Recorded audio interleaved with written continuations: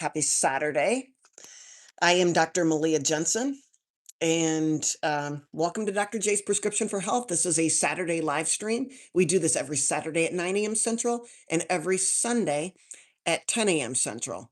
I just want to start out by thanking you all for being here with me today. And it gives me pause, and I want to acknowledge you because you are spending time with me. I know that you are wanting to invest time in yourself and your health. And that's what today's topics are about. So we are going to spend some time together this morning talking about your health. So if you have questions, please don't hesitate to ask. I may not know the answer, but I will do my best. Okay.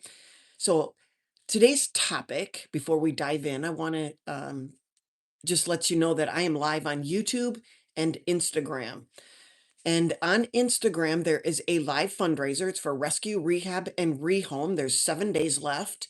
And we are up at $172.99. And I'm wondering, hey, can we get to 200 before the end of uh, this particular fundraising ends?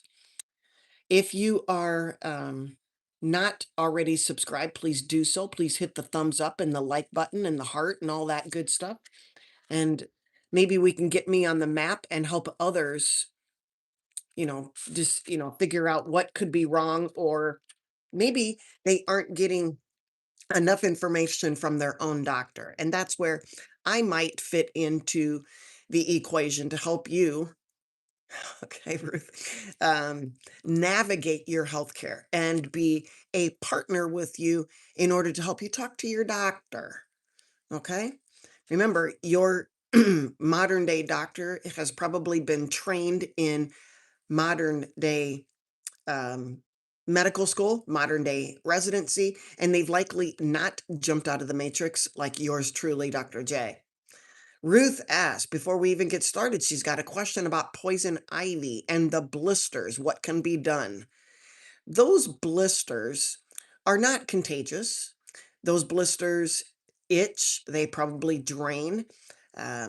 It is wherever the oil has touched you, and then you get a reaction to that. Now, you can keep those blisters covered so you don't itch them or scratch them, but it isn't going to make the blisters spread. It's wherever the oil last touched you. So if the oil touched you on the forearm first, you're going to get a reaction there. And then wherever it touched you last, so say that you went and touched your arm, the oil, and then you scratched your forehead. So you're going to get the reaction on your arm, and then later you could experience here, and you actually think that this spread to here. It did not. It was on your hands and wherever you touched yourself. I have seen all kinds of places where the oil was on one place and then went to another place that may not want that poison ivy at. So what can you do for the blisters? Simply use some calamine lotion, dry it up, and it'll go away. All right. Let's make sure we don't have any other questions, Ruth. Hopefully that answered your question about poison ivy and the blisters. They will not harm you. Um, Diane asks, is there any way I can refuse getting blood tests? I don't believe in touching the blood. I'm on Medicare. Is it required? I believe they take too much anyway. So Diane doesn't want her blood checked and wants to know if she can refuse the blood test. Absolutely. You just say, you're not checking my blood today, but thank you kindly. There is no, you are not required to have your blood drawn.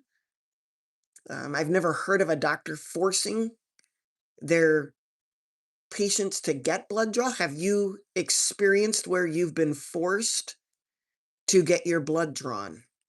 I'm not sure that I've ever heard where a doctor forces people. Now, here's a caveat to that, and I just want to make sure that you're aware of this, Diane.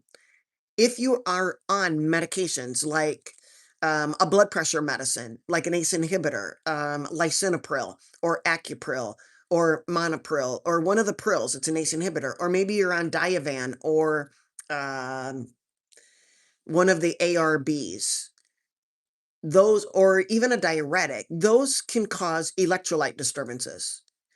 And because you're on those medications for a reason, high blood pressure, or you have edema, localized edema, then you must get your blood drawn, or else the doctors will not, most likely, will not refill your medications. And then you're going to have to find a new doctor for the most part. Okay. Now, I required this. If my patients were on a blood pressure medicine or on a statin or on any type of medication that needed to be, in my eyes, needed to be routinely evaluated, I would require lab draw. If you decline, I would not refill your medication. I would document in my chart that you declined, and I would probably ask that you find another doctor. It's only because I'm protecting you, because you could get hyperkalemia or hypokalemia. You could have a heart attack. All right. So there are reasons why we do things. If you are on a statin and I don't check your liver function, you could be having a liver problem and I would never know. And that would be on me. And you could sue your doctor for not checking your labs if you had liver failure from your statin. Make sense? So I don't know if you're on medications. Um, but that would be a reason why. If you're not on any medications, I don't know that there is any requirement that you have to have your blood drawn. Okay. Where am I from? I am from the United States. I'm in Iowa. Midlife coach Katie asks, how do you lower small particles? I'm guessing you're talking about small, dense LDLs. If you're talking about small, dense LDLs, one of the main reasons that small, dense LDLs are high is because many people eat carbohydrates. When we eat carbohydrates, we get more small, dense LDLs than if we don't eat carbohydrates. If your triglycerides are elevated, your HDL would be low. I would speculate, highly speculate, that you have more small, dense LDLs than you would like. Midlife coach Katie, I understand that all other markers could be in range, but I don't know what your definition of range is. My definition, which is optimal, is not what a reference range would say. Okay. If, I guess I need the raw numbers, Katie, if you want to share with us your raw numbers, but just saying that they're in range. I don't know whose range you're talking about. Are you talking about the garbage man's range or the ADA range or the American Cardiology range, or what range are you talking about? A piece of paper range? Also, what do we got? Was on keto for a long time, low carbs. Okay, that changes things a little bit, Katie. If you are, this is where I have been talking extensively on my reels. Is it is it possible for somebody who is carnivore or keto, low carb, okay? If you're low carb, so your triglycerides are 73, your HDL is 73. Good. So I would say those are optimal ranges. I like less than 74. I like less than 74 triglycerides, and I like above 70 for HDL. So Katie's eating a lot of saturated fat. And that is pretty normal for somebody who is on a ketogenic diet. They will eat moderate amounts of protein, high fat, and low to no carbs. How can a person like this have small, dense LDLs? Good question, right? But it is possible. If Katie is what we consider a lean mass hyperresponder, she could have high LDL. If she has high LDL that stays in the bloodstream for extended periods of time, those LDLs can get bumped into by VLDLs. When our liver packages up triglycerides and fats, it packages them in VLDLs. VLDLs are sent out into the bloodstream. They're sent out into the bloodstream as a VLDL and dump off triglycerides to places that need it because that is energy. Once they dump off cargo, they become LDLs or intermediate density lipoproteins, then LDLs, low density lipoproteins.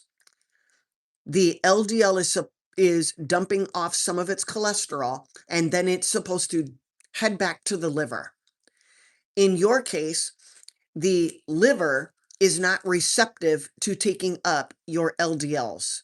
So your LDLs stay in the bloodstream longer, and then they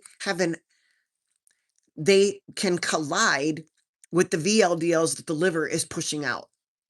When a VLDL collides with an LDL, an exchange takes place. Okay. That exchange is the VLDL exchanging some of its triglycerides into the LDL, and the LDL gives its cholesterol to the VLDL. When that LDL has triglycerides in it, it was never meant to have triglycerides in it. When it has triglycerides in it and it has no cholesterol to protect itself, it can become oxidized. It can become damaged. When it becomes damaged, it becomes small and dense. It shrivels up. When it shrivels up, it can become a small, dense LDL. This small, dense LDL can get picked up by an M1 macrophage. An M1 macrophage eats up, Pac-Mans up the small, dense LDLs, turning it into a foam cell. If there is an injury on the lining of the inner lining of the artery, that foam cell can become part of the plaque. Now, just because Katie has a whole bunch of small, dense LDLs does not necessarily mean she is going to have plaque buildup because she may not have an injury to the lining of the artery.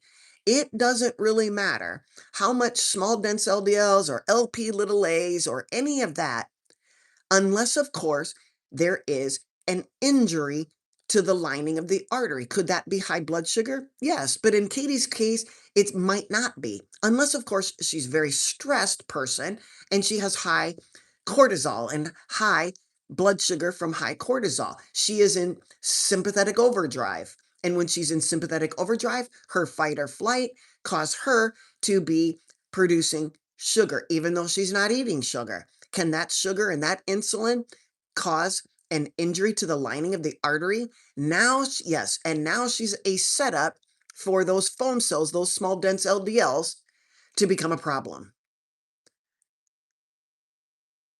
I know that there is a lot of scenarios, and we have to walk through all of these scenarios, and that's what I do, okay?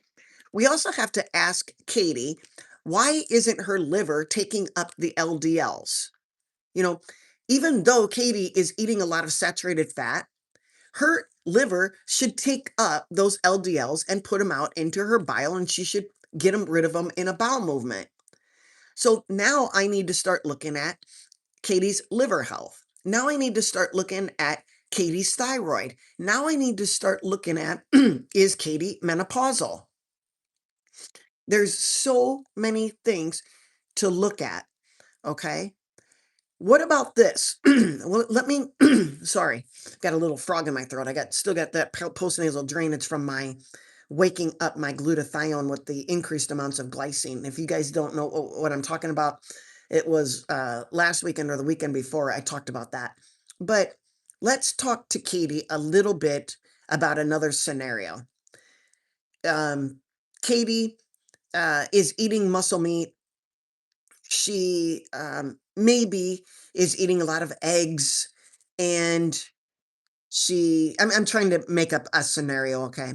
And Katie's maybe avoiding or really doesn't like liver very much and isn't eating a whole lot of tendons and isn't eating a lot of collagen and skin, okay? So Katie is perhaps accidentally eating too much zinc.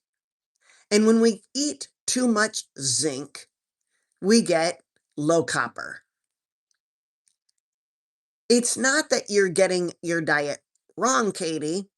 It's just that after years or a few years or a short period of time, I don't know how long you've been doing a ketogenic diet, you could hit a plateau. And maybe you could see that your LDL is skyrocketing.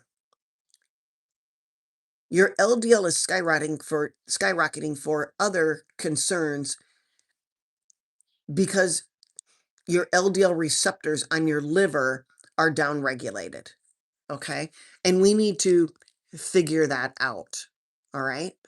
It's it's easy to figure out, but it would take the right lab tests and it were the right person evaluating those lab tests. Okay. So yeah, Katie is perimenopausal and we'll be reaching out to set up an appointment. I have found your information so helpful. You're very welcome, Katie, and I'm glad that you're here and learning a lot because you can life coach some of your clients if they ever have questions in regards to this, okay? So Katie's been ketogenic for 20 months, so that is almost 2 years, and this is about the time when, you know, if and I'm not saying that I'm not trying to discourage Katie from a carnivore or a ketogenic diet. This is just the muscle meat bottleneck that we get ourselves into as carnivores or as a ketogenic person. We see all the health benefits because we reverse high blood pressure, we reverse um,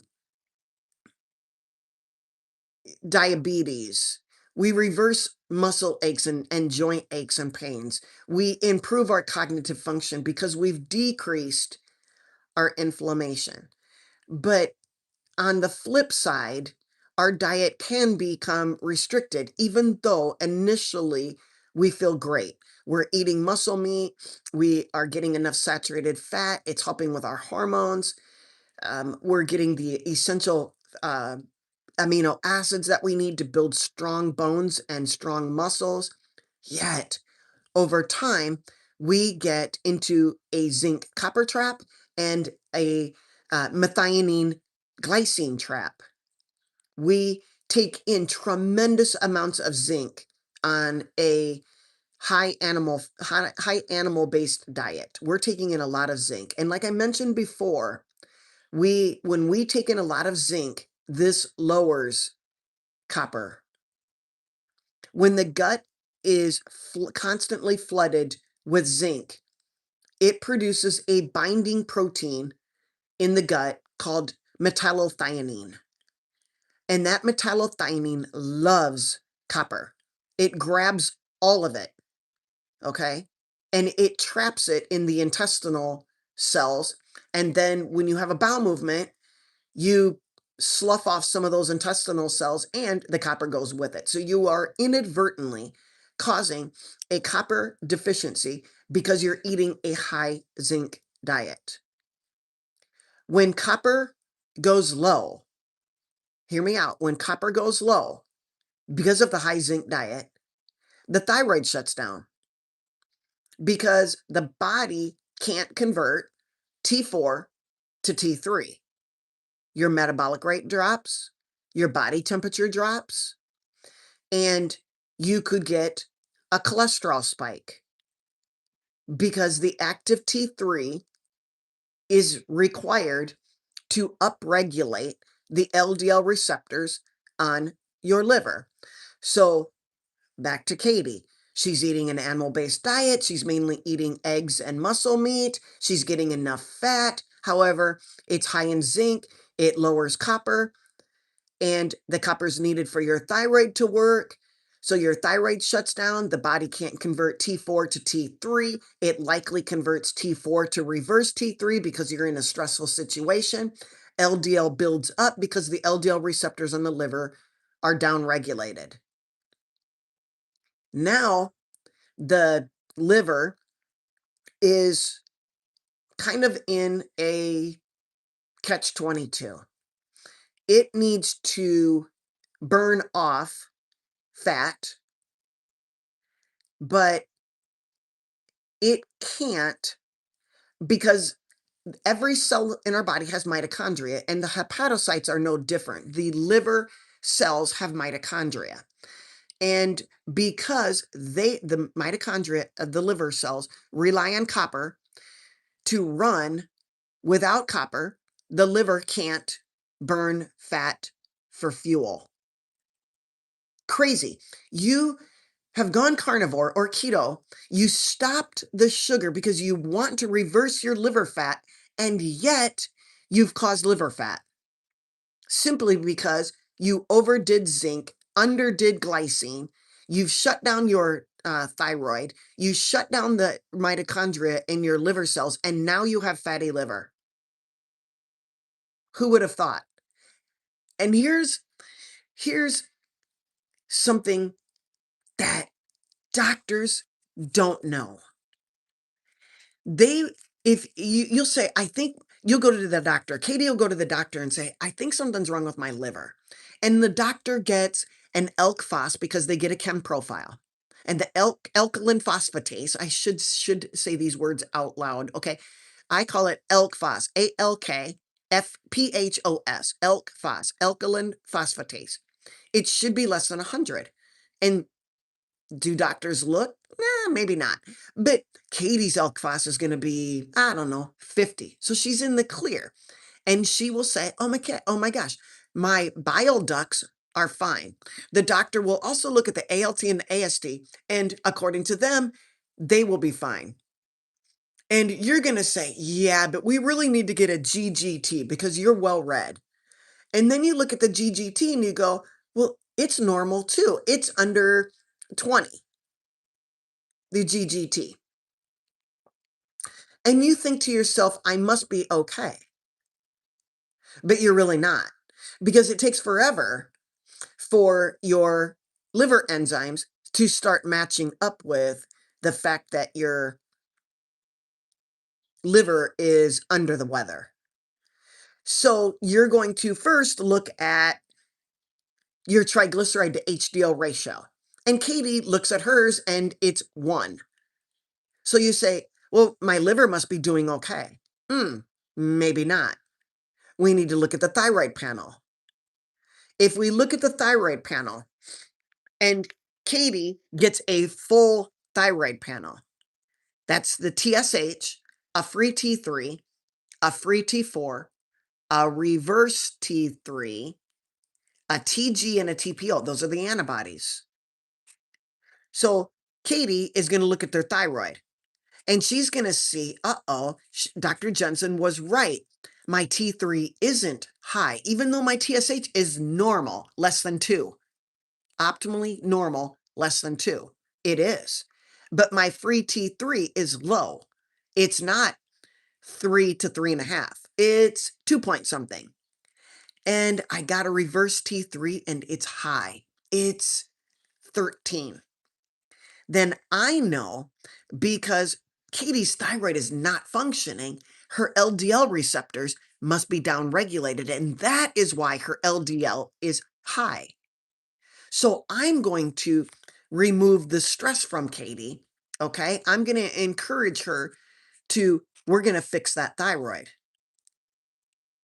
Another thing that could be going on is iron. I want to check a full iron panel. I want to see, is the liver, so maybe Katie's thyroid is fine. Maybe her GGT and her ALT and her AST are good to go. What else can I check? Iron studies. I'm going to get a full iron panel on Katie. I need to dig deep. She's just not feeling well. So I'm going to get an iron panel. I'm going to get an iron, serum iron. I'm going to get a ferritin, a transferrin. I'm going to get a TIBC, and I'm going to get a saturation level. Okay. And I'm going to look at the CBC. If the CBC shows an MCV, so that is the mean corpuscular volume. I'm going to look at the corpuscular volume. If the MCV is elevated, meaning it's over 90, let's just say it's 91. I know that Katie has red blood cells that are fragile. They're too big and they're fragile. And a fatty liver will show itself with a high MCV. It's just something that we should know. The the fatty liver is choked full, and so the liver cells are choked full of this fat, and the cholesterol in red blood cells and the phospholipids, that's what makes up a cell membrane of the red blood cell or any cell. The anatomy of any cell has a membrane around it, and that membrane has layers. So the circle, the membrane that holds the cell together has layers to it. You have a phospholipid layer, you have a cholesterol layer, you have, just the fat mixture. That's what makes up a cell membrane. And the red blood cell is no different. So that ratio of cholesterol to phospholipid on a red blood cell, when the red blood cell is too big, tells me that that red blood cell is not healthy. And the bone marrow is pumping out these immature, large red blood cells, and they just balloon in size. Okay. So I can look at the MCV. Now, I mentioned the iron panel. When our diet is high in zinc, so red meat, the copper goes down. And you guys have heard me say this before. When copper goes down, it leads to trapping of iron in the liver. How would we know if we have iron trapping? Well, if you have low copper, a serum copper level, if it's low because you have high zinc, you undoubtedly will have iron trapping in the liver. I might see this with a high ferritin level, but your iron will look optimal. Your transferrin, the saturation, will also look optimal.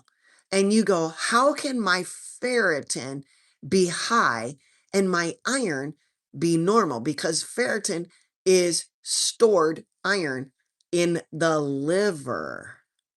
So if I see high ferritin and optimal iron and optimal saturation, I go, I bet she's got or he's got iron trapping going on. Okay. So our diets can be good, but if we restrict things, it it can really throw things off and it might not be seen right away. So Katie needs to make sure her copper is good. Katie needs to eat organ meats or take organ supplements to make sure she's getting enough copper that balances out the huge amount of zinc that she's eating. We want a ratio of about 8-1, zinc to copper, zinc to copper. All right. If she's eating a whole bunch of zinc and not matching it up to her copper, her levels could look like 66-1 or 60-1 or 50-1, really, really high. So she's going to get all the problems of low copper, her thyroid, her iron trapping, all of that stuff. All Katie needed to do was add in some liver every day or some spleen or kidney, which is high in copper.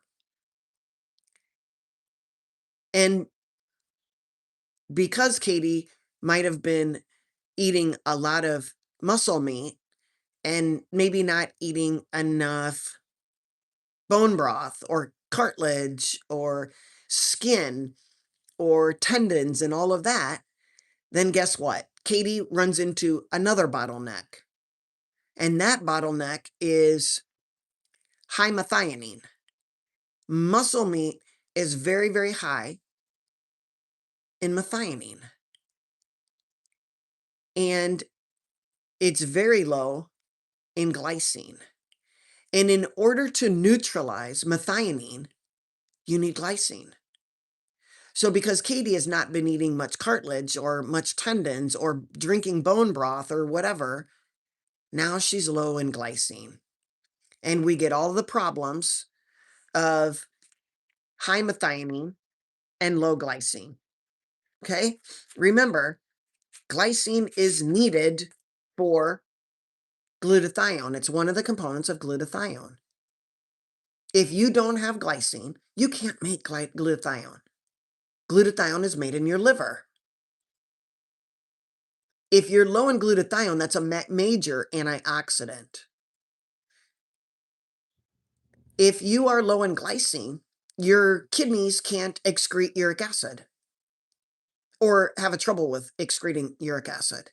So if you get a uric acid level and it's elevated, I'd say, well, to Katie, I'd say, I think you need glycine. I think you need copper. And if you don't want to eat the things that have those things in it, then we have to supplement. Now, can vegans get this problem too? Absolutely. Their diet is inherently glycine free. So they don't even have methionine or very little of it, but they're surely not getting any glycine. So they can run into the exact same thing as a restricted carnivore or animal-based consumer. Vegans can also have a problem with zinc and copper. Why? Because of phytates. And phytates decrease absorption of a lot of minerals, anything with a positive charge, calcium, magnesium, zinc, selenium, copper, iron. And you could say, you know what? What about those people just eating a standard American diet? Do they get this problem? Likely not. Why?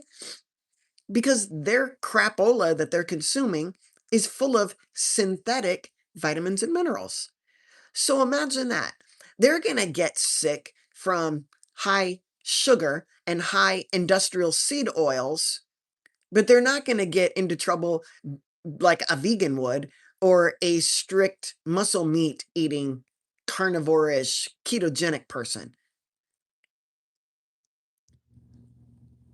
I don't know what my point is to all of this, but I'm hoping that Katie's case study has, taught you a little bit about our diets in general. And I'm not saying that any of these diets are bad. Well, I mean, I guess I am. But one of the things that I believe social media has encouraged is to simply add in some carbohydrate. So Katie might be scanning the internet and trying to figure out why she might not be feeling all that great now, after almost 2 years. Okay? So she's been almost 2 years on this diet. She was feeling amazing and now, maybe not feeling awesome like she was. Okay? And she reads on the internet, listens to social media, and somebody delightfully says, Katie, just add some fruit to your diet and you'll feel better. Well, I think you know me now that you're going to say, that is wrong advice for Katie. And it's not so much the fact that I'm opposed to fruit because of high in sugar, but it's a plant. And our fruit is made up about 50-50 glucose and fructose. And fructose enters liver cells passively. It's broken down by fructokinase. It does not require insulin to get into liver cells. So you could dump a massive load of fructose into the liver from fruit or honey, because you've heard that was great, while your systemic blood sugar and your insulin levels look awesome. Yet that fructose is damaging the liver because the fructose is localized to the liver. If Katie has been eating high zinc and low glycine and adds in fructose, she's causing massive loads of fat into an already choked fatty liver that she doesn't know about. Fat production with fructose is going to go up because the liver can't burn the incoming fructose and it can't burn the fat that is already in the liver. So why is that? Why can't the liver just go and burn its own fat? Because Katie has caused a copper deficiency because of her zinc. Copper deficiency upregulates, and you don't need to know this, but it upregulates this protein called SREBP-1 that forces the liver to mass produce new fat cells.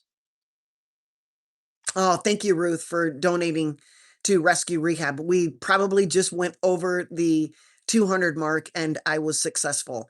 So thank you so much. That's awesome, Ruth. I appreciate that. I'm hoping you guys are beginning to see where deficiencies of minerals plays a huge role in how all the organs manage themselves. And when people go to the doctor and they get labs, the doctor is looking at usually just one level. They're looking at LDL. And they're going to look at Katie's LDL and say, uh-oh, Katie's going to have a heart attack because her LDL is over 140. So they're going to tell Katie to take a statin or whatever cholesterol lowering medication is their flavor of the day. Usually it'll be a statin because that's standard of care. It's such a conundrum, you guys. Katie says, yes, I love sharing your content with all my clients. Incredible information. Thank you, Katie. That's very kind of you to say.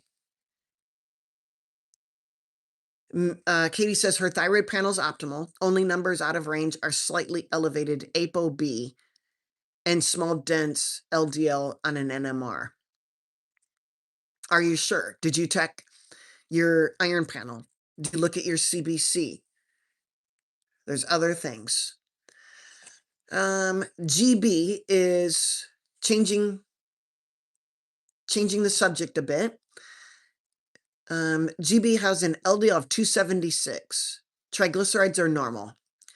You guys, I don't know what your normal is, so I need the raw number. A calcium score of 226. Doctor wants GB on a statin and Zetia. I don't know what a high sensitive CRP is. I don't know what the homocysteine level is. I don't know what the small dense LDLs are. GB is going to go on a statin. This is what's crazy. They're going to put GB on a statin that decreases the production of cholesterol from the liver. A statin is an HMG-CoA reductase inhibitor. It inhibits HMG-CoA reductase, meaning if I block HMG-CoA reductase, I'm not going to get cholesterol, right? That's what a statin does, blocks cholesterol production. And GB's doctor's also going to put them on Zetia. What does Zetia do? Zetia blocks reabsorption of LDL. Zetia is used to block the NPC1L1 receptor in your gut. And that's going to force you to poop out more LDL. So they're going to tell GB to do all of these things, right? Thinking they're just going to lower across the board all LDL, as if GB doesn't need any LDL, doesn't need an immune system, doesn't need it for brain function, doesn't need it for immune and wound repair, nothing. GB doesn't need cholesterol, does not need LDL. I'm just going to lower it. In fact, next they're going to put GB on a PCSK9 inhibitor like Repatha. Let's just get all the LDL down to 40. You see, they didn't ask GB or look into GB and say, why is GB's LDL 276? Does GB have FH, familial hypercholesterolemia? Does GB's FH, is it heterozygous or homozygous? Is GB who has FH, has low LDL receptors, do I just go and give a PCSK9? There's so many questions, but that doctor doesn't know what questions to look at or ask. They're just going to give GB a bunch of medicines. In the meantime, they don't care if GB gets diabetes.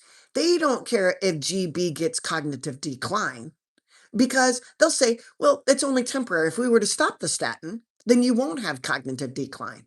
Well, who do you know, doctor-wise, who just stops your statin? They keep it on you forever. So you're going to just continuously have cognitive decline. You risk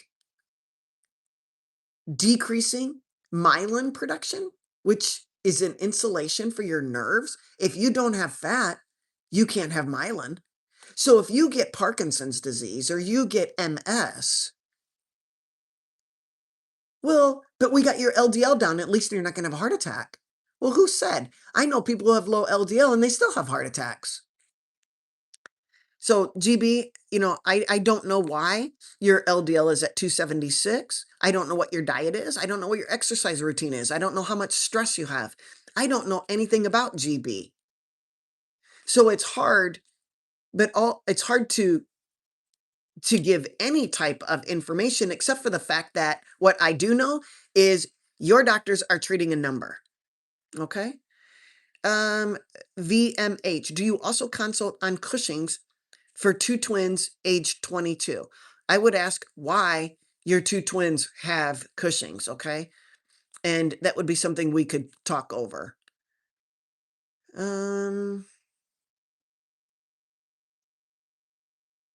Let's see. Good morning, Sheila. Derek eats chicken hearts. I like chicken hearts too for organ meats. But again, I would still make sure that copper and zinc and, checking other things, Derek, is make sure that everything is in good biologic and physiologic optimization. Katie says, such incredible information. I learned things new. I learned things new today. Grateful. You're very welcome. Glad to help. All right. Julie says, just found you. I try to encourage my patients to get off statins. I am learning so much from you, sharing you with others. Thank you, Julie. I appreciate that. Snappy Chatty says, I am absolutely tired and exhausted all day. Please help. Consider a consultation. You can email me at ironladydoc@aol.com. ironladydoc@aol.com.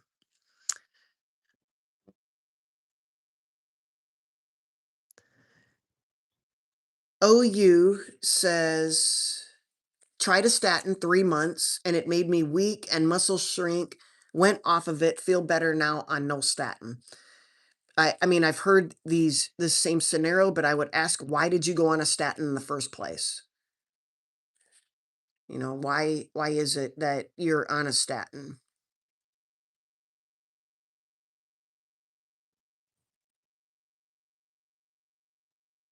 Hmm. Thank you, JC. I appreciate it.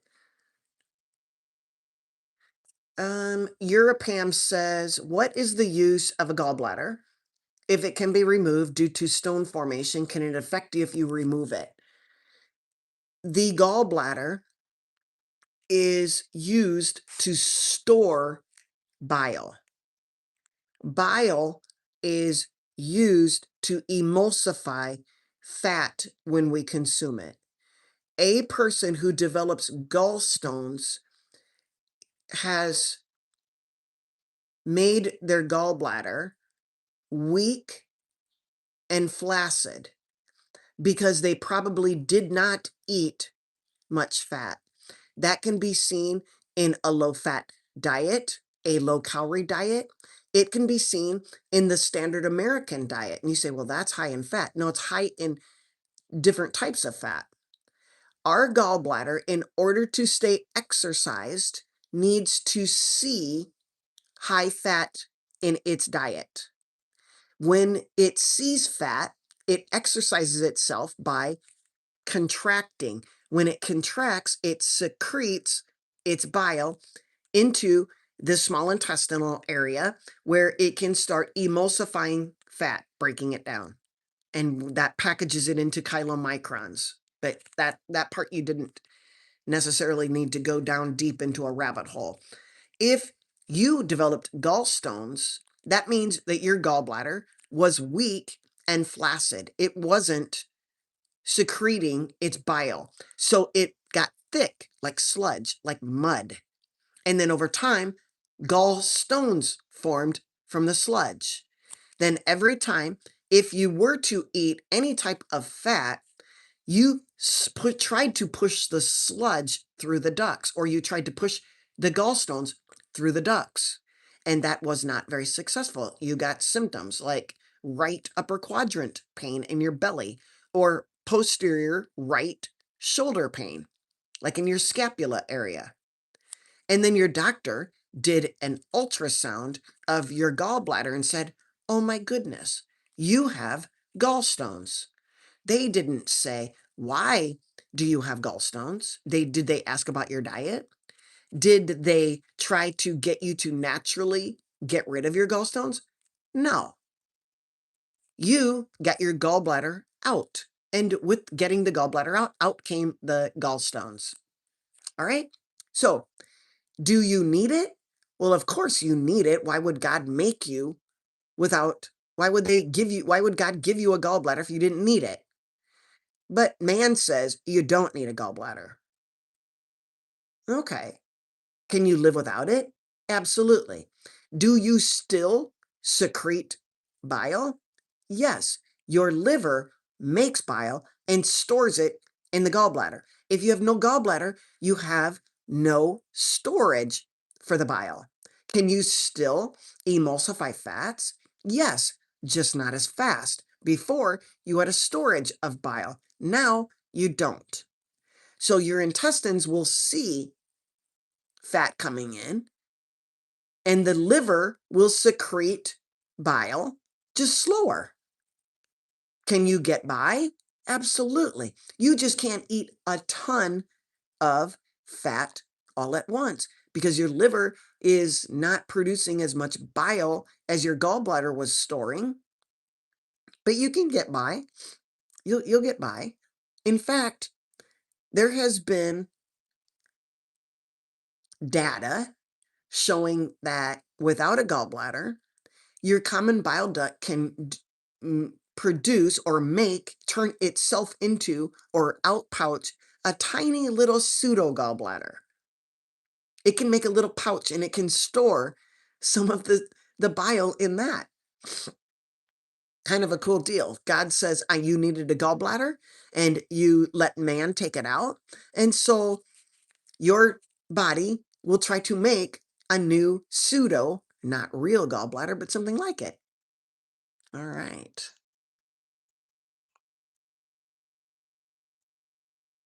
Summer says, hey, Doc, do you believe that there's any validity to eating a diet for your blood type?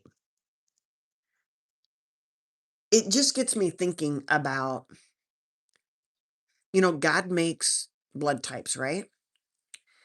And did God say that this blood type you should eat vegan, this blood type you should eat carnivore, this blood type you should eat a standard American diet? I can't wrap my head around somebody telling me that my blood type requires a vegan diet. Because if I eat a vegan diet, I'm going to have to supplement glycine, creatine, carnosine, carnitine, B12, B6, all the B vitamins.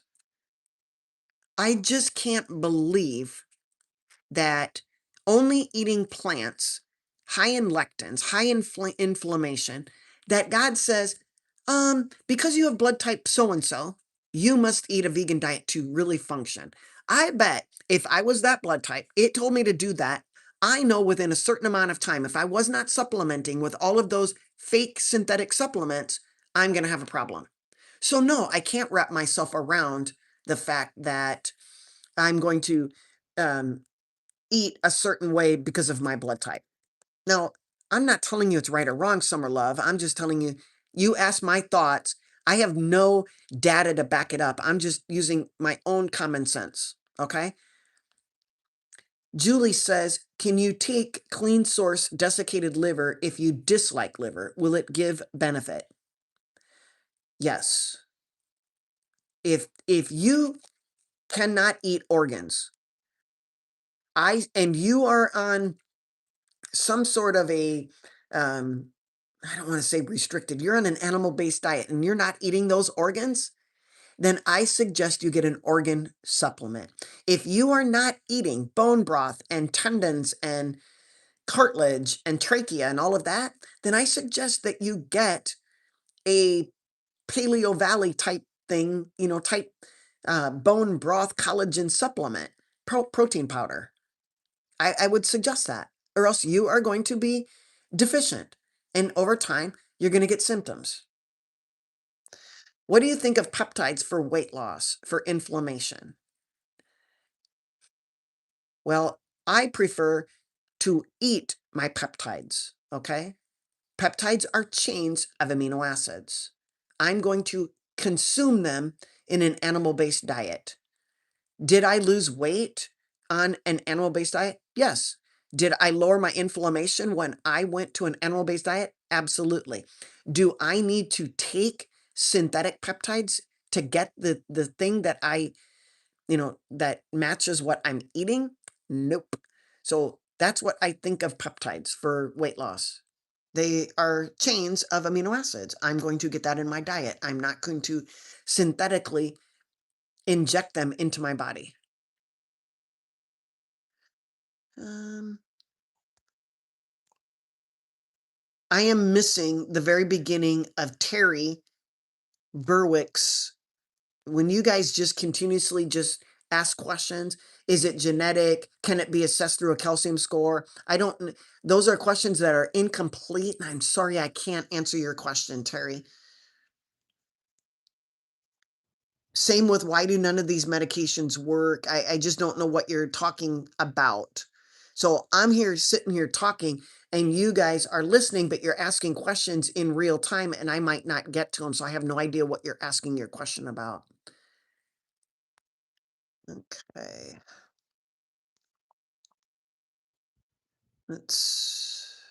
I'm reading through. If you have a question, you guys, especially on YouTube, can you put a Q in front of it or a QQQ and that way I can see it?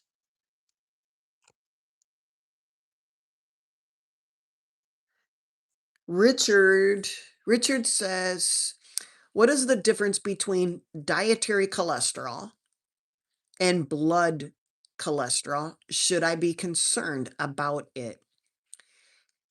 Dietary cholesterol is obtained from consuming animals. Animals are the only things that have cholesterol and we consume it. If you eat a plant, they have plant sterols, not cholesterol. A plant sterol and cholesterol are different. If you consume dietary cholesterol, Can it raise blood cholesterol?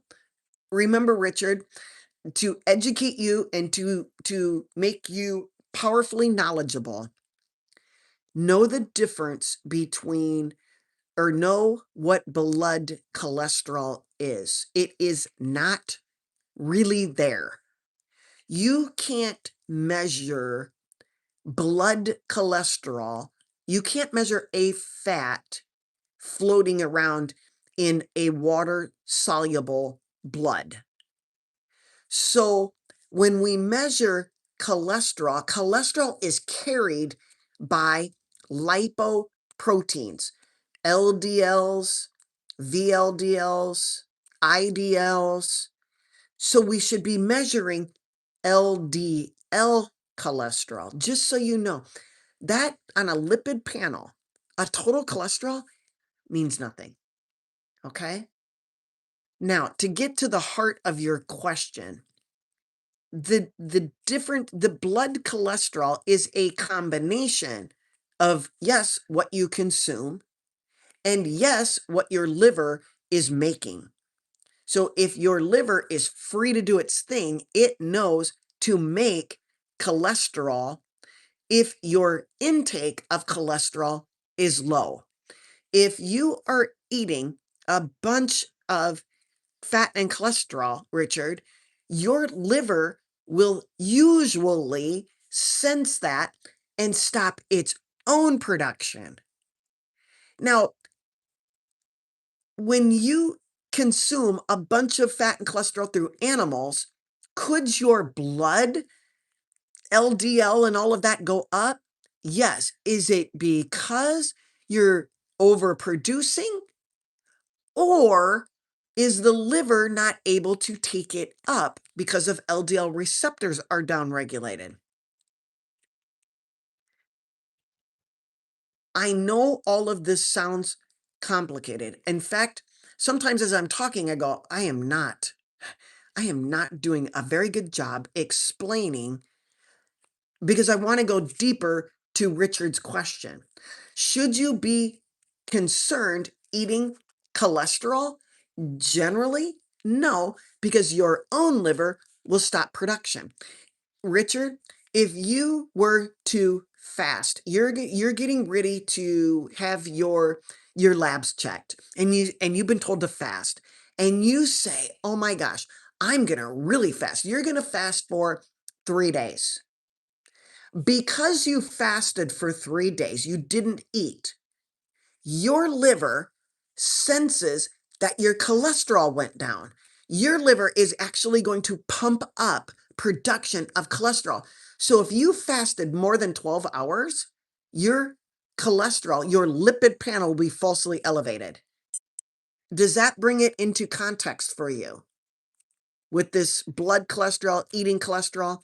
They the powers that be, all the three-letter agencies have now agreed as of about 2016, 2017, that what you eat, dietary cholesterol, is not the cause of coronary artery disease. Imagine that. It's somehow something else in your body. Okay? Hopefully that answers your question, Richard. Thank you for um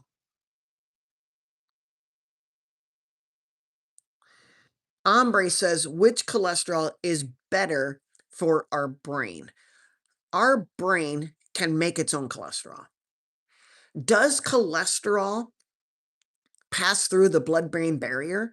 Likely not. Thank you, Galetti, for the gift. I appreciate that. Or is it Giletti? I'm not sure. But thank you for the sparkles. I appreciate that. Okay. Okay, Richard, okay. I answered Richard's question. Ombre gives me the thumbs up. Here's what I would say, Ombre. Your brain needs fat, cholesterol. It needs an energy source. Our modern diet supplies the brain energy as glucose. and glucose can't really be stored. So there needs to be a constant flow of glucose to the brain. If the flow of glucose goes down, your brain senses starvation. It's not that it's really starving, but it is essentially low on glucose because you've been giving it glucose and it expects glucose. That is what tells you you're hungry if you are a carb eater. Your brain tells you you're hungry. You are not starving. You have plenty of energy stored on your body. Trust me, I've seen many patients, they have a lot of storage. They have a suitcase full of energy they carry on their body every single day, but they can't get to it. Why? Because they're constantly eating sugar or that's the breakdown product of the foods they eat, which gives sugar. So it makes the brain happy, but eventually the brain gets resistant. Just like every cell in our body can get insulin resistant or too much sugar, like diabetes, your brain can get resistant. If you stop eating sugar, your body will go into withdrawal because it takes time for your body to switch over from using sugar as an energy source to ketones as an energy source. The only way we can get ketones is if we do not have sugar or very, very little sugar, just enough to make our body work, which is about 6 to 7 grams, 1 teaspoon. Okay. It could take a week for our brain to start converting from using sugar as a fuel source to using ketones as a fuel source. Sometimes when my clients tell me, Dr. J, tomorrow I'm going keto. I'm going to lower my carbs to 0 or less than 20. And I'm going to say, okay, get ready for these type of symptoms that could start, like flu-like symptoms. I've experienced them. You get sleepy, you get irritable, you feel like garbage. Most people, most people. And you can feel like garbage for a week. No energy, you're sleepy, your brain is hibernating, you lack energy, you're irritable and moody, and you're in withdrawal, sugar withdrawal. For those for clients who want to do it that way, I'll tell them, "Hey, you know what? Humor me and just start some exogenous ketones. Your body can't make them right out of the chute." Okay? Yeah, grumpy, hombre. Exactly. You get grumpy, irritable. I've been there. All right? So, if you give that client some ketones, magically they can start using those ketones. Your brain can start, and your heart and your organs, all of them can start using the ketones that you drink before your body starts making them. So while you're waiting a week or 2 weeks for your body to start breaking down your fat from your liver, from your stores all over your body to get ketones, you might want to take a little bit of ketone so you don't have that week or 2 weeks of withdrawal. And your brain will be so happy because it wants fuel. It does not want to hibernate. It will, though. It will definitely hibernate if you do not give it energy. And if you take away its energy, sugar, it's got to wait a week or two to get ketones. So it hibernates. You feel sleepy and grumpy and all of those things. And you lose brain function. You feel like you're dumb. All right. Good. You guys have great questions today. Thank you. Is Yuli asks, oh, you guys, if you are listening right now on YouTube, can you just hit the thumbs up? Hit the thumbs up. If you have not subscribed and follow me, please follow. This is your opportunity to hit the subscribe button. It doesn't cost you anything. And it does not cost you anything right now. I'm watching. Right now, there's 23 thumbs up. Can everybody hit the thumb up? Let's get it to 30. Hit the thumbs up right now. There's one. We're at 24. Just hit the thumbs up. It does not cost you anything.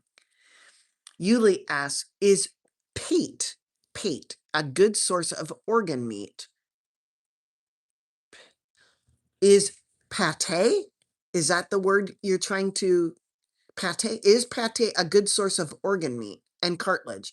As the only organ meat sold in stores is liver, I'm a bit hesitant as it comes from farmed animals, not pasture fed. Okay, great question, Yuli. This is awesome. I'm guessing you meant pate. Is pate a good source of organ meat? Yes. Is it a good source of organ meat? Yes, but is it concentrated organ meats? No.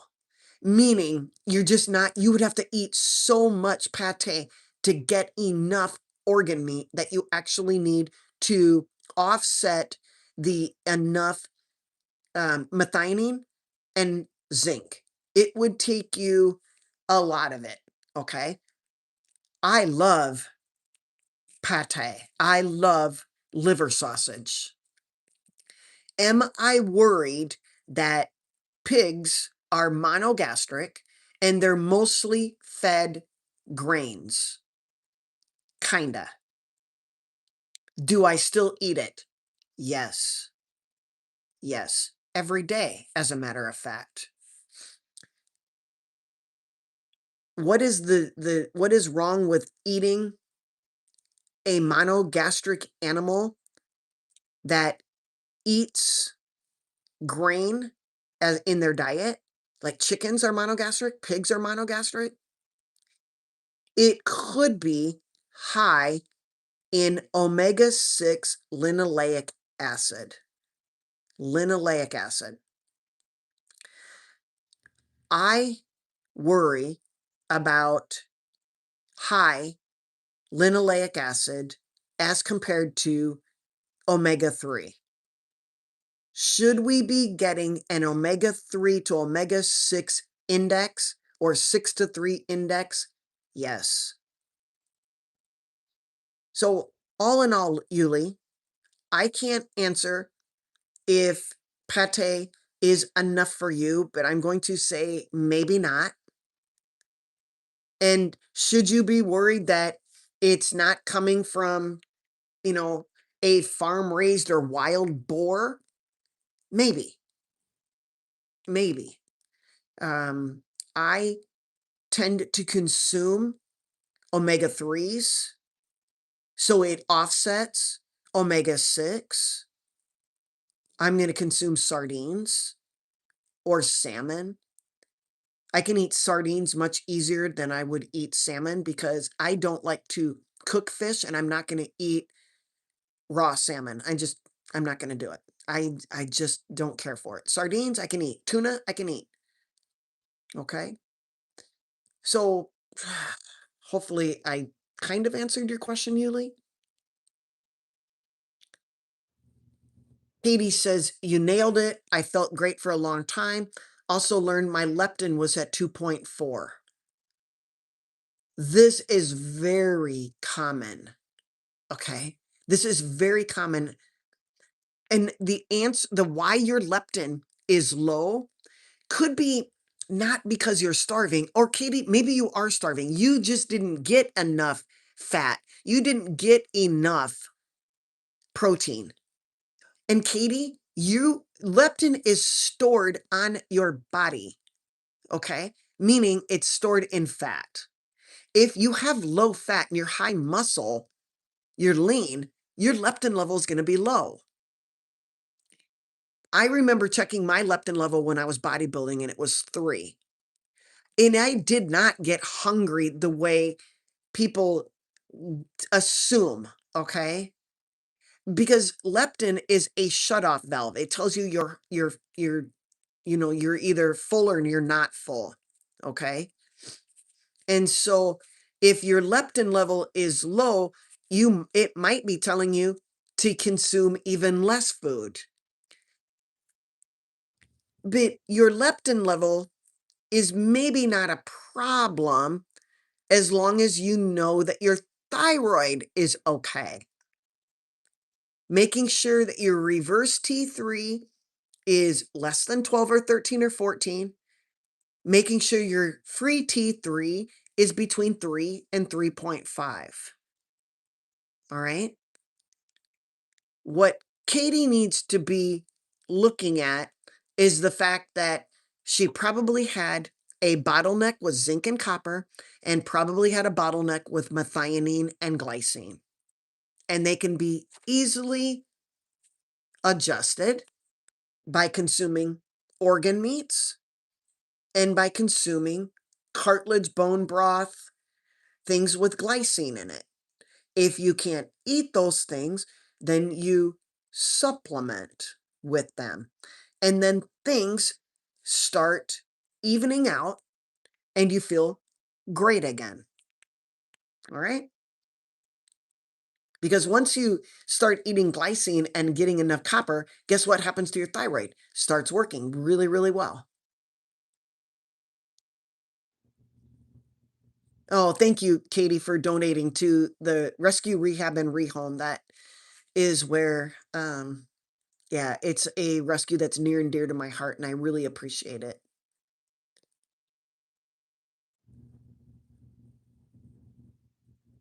Sounds good, Katie. Signing up for a consultation would be awesome.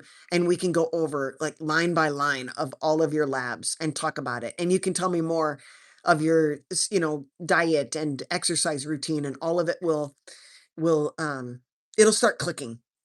This stuff, Katie, we're on a journey together. I didn't know all of these intricacies right out of medical school. In fact, they didn't teach us any of this in medical school. Okay. They just told us LDL is bad, it'll cause a heart attack, and make sure your LDL is low. Ruth says, my dad is 89, has Parkinson's, and is on a statin. He's starting to lose his memory. Imagine that. Mom is 83, definite cognitive decline. They live at home with care workers, undertrained all day. How do we help them? Ruth, maybe we can chat, and do a consultation, but I don't even know where to begin. Ruth lives 3 hours away from her parents. You feel hopeless. I'm sorry to hear that. How do you know how to care for them and how long will they live? Those are things I can't answer, Ruth. But again, if you'd like to talk it through, you're dealing with not only your parents, but your parents' doctors, and they don't care that your parent, well, they probably care, and you know what they'll say? Well, that's just part of normal aging. Well, no, it's not. Why is an 83-year-old on a cholesterol lowering agent? I, you know, I, I don't know. Oh, good. Thank you, Katie, for the donation. I appreciate that. Excellent. Okay. Yeah, Julie asked, can we eat like Jesus or is our food so different? Well, I believe during Jesus' time, that was food that was created by Jesus, and now we have food that is created by a man. With all of the genetic modification and the crossbreeding, yeah, we no longer have real food. We have lab food, Frankenfood. Melanie says, I do a fast, 16-hour fast most days, stop eating after 7 p.m. and not hungry again till 11 a.m. Can this be contributing to higher LDL? Yeah, it sure can. You could be undernourishing yourself. And, again, Melanie, I don't know what you're eating, but you could be in that zinc copper bottleneck. You could be in the methionine glycine bottleneck. I'm not sure. Barbara asks, can you explain LDL particle size? I can. The particle size is the size of our lipoproteins, whether that's a VLDL, an LDL, an IDL, an HDL. So LDLs can get measured in size, small, medium, and large. And HDLs can get measured in size, small, medium, and large. And it just so happens that you want large LDL particles and you want large HDL particles. Those are signs that you are metabolically healthy. Okay. If we have lots of small dense LDLs usually arise from eating carbohydrates. When they are present, they're very sticky, very small and sticky, and macrophages, the M1 macrophages loves to eat them and make foam cells, which are shown to be in some of the plaque formation. Okay? Among other things, platelets and red blood cells and white blood cells and all kinds of debris. Sherry says my LP little a is 84. I had a quadruple bypass a year ago. Okay. I don't know what the question is, if there is one.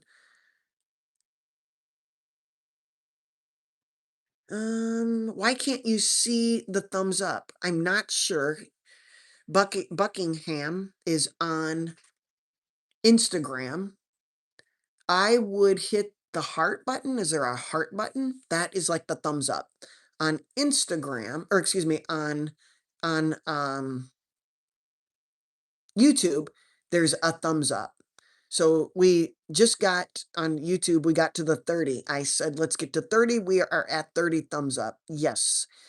At the end on Instagram, you can hit the heart button and like it. That's the like button. Okay. All right. Yuli says, yes, you did answer my question. I appreciate it. And yes, I do love and eat sardines at least once or twice a week. I do not eat pate. Sorry for not writing the word correctly and the confusion. Okay. You do not eat pate. Okay. All right. All right.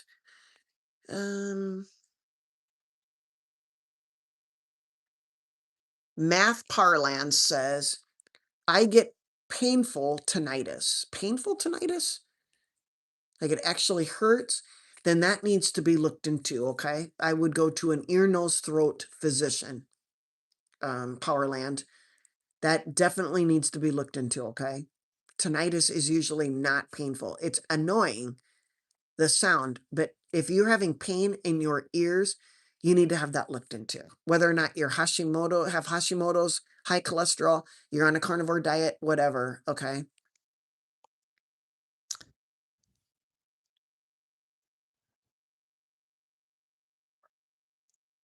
Let's see.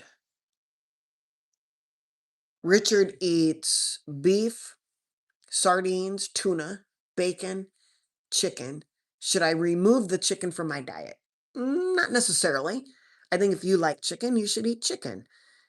Chicken is low in heme iron, but your beef gives you heme iron. Sardines don't have heme iron. Tuna, bacon don't have much. Well, bacon has a little heme iron. Depends on how much meat is on your bacon. Should you remove chicken? If you eat grain-fed chicken, just don't eat the fat of a grain-fed chicken if you want to avoid the linoleic acid, the high omega-6 linoleic, the grain omega-6. Just don't eat the fat off that chicken. The muscle of the chicken usually does not hold the linoleic acid. It's the fat. Okay? It's the fat.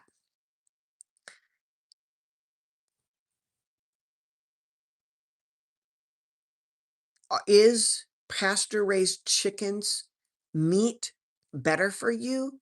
Yes, usually because it has higher omega-3. Is the fat better for you on a pasture-raised chicken? Yes. But again, if you can't afford pasture-raised chickens and you don't know if it's actually pasture-raised chickens, eat the regular chicken, just don't eat their fat. Eat fat from some other animal, a polygastric animal like bison, buffalo, sheep, lamb, cow, deer. Eat that fat. That fat is going to be healthier. Okay. Julie says, do you avoid nuts and seeds? I do.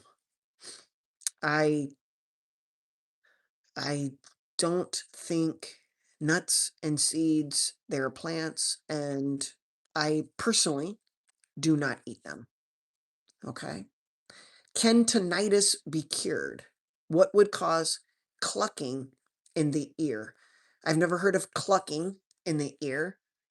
Um, can tinnitus be cured? Well, you have to find out what is causing your tinnitus. I would be curious to look at Buckingham's complete iron profile. Complete iron profile. A complete thyroid profile. Those two things I would love to see on Buckingham. Let's see.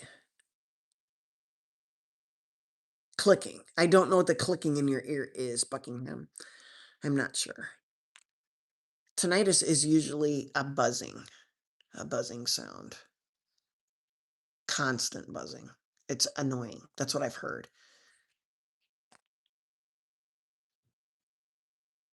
Let's see. Math asks, why is omega-6 bad? It's not. It's not bad. I don't know if I said it was bad, but let's put it into context. Omega-6 is an essential fatty acid. We need essential fatty acids. An animal has omega-3s and omega-6. They're in a perfect ratio. Animals. Unless, of course, they're highly grain-fed. Then they're going to be higher in omega-6. But naturally, animals have a perfect ratio of omega-6 to omega-3. Omega-6, for me, polyunsaturated industrial seed oils are bad.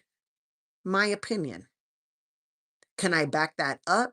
I'm sure I could by looking at the studies of people who consume high amounts of industrialized seed oils and their heart attack risk and all of that. Okay. So I avoid omega-6 PUFAs, polyunsaturated fatty acids that are industrial seed oils. Am I even getting them? No, it's in processed foods. I don't eat processed foods anymore. I don't. If I go out to eat, you're going to get processed foods. If you happen to eat a potato chip, that's processed food. You're going to get industrial seed oils. The most common one is soy, safflower, sunflower, corn, canola, cottonseed. Those are the omega-6s that I try to avoid, not animals. The animals, I want those omega-6s. You need omega-6 or I mean, or could you die from not having essential omega-6? I don't know. I don't even want to test it. Okay. I know that I'm eating animals, so I'm not going to have a problem getting enough of the omega-6 and omega-3s. Okay. And if I'm eating pasture raised animals, grass fed animals, I'm going to get more omega-3s than omega-6, or I'm going to get a perfect 1-to-1 ratio. That's what I would strive for. Getting an omega-6 3 or a 3-6 index is probably what's in our best interest. Pork is high in omega-6. I don't know if that is, but animals have omega-6 and omega-3s. It is what it is. We need them. So saying that all omega-6 is bad would be disrespecting omega-6. We need it.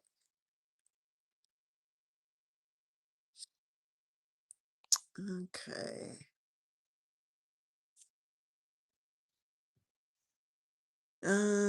Nin says, I think there is plenty of evidence that shows us that we should avoid seed oils. Dr. Paul Saladino has made a lot of great content on the matter. Thank you. Richard asks, coconut oil, olive oil, avocado oil, eat them or not? Richard, I don't want to tell you what to consume. I'm going to tell you that oils when they come out and they are put into a bottle, they are oxidized.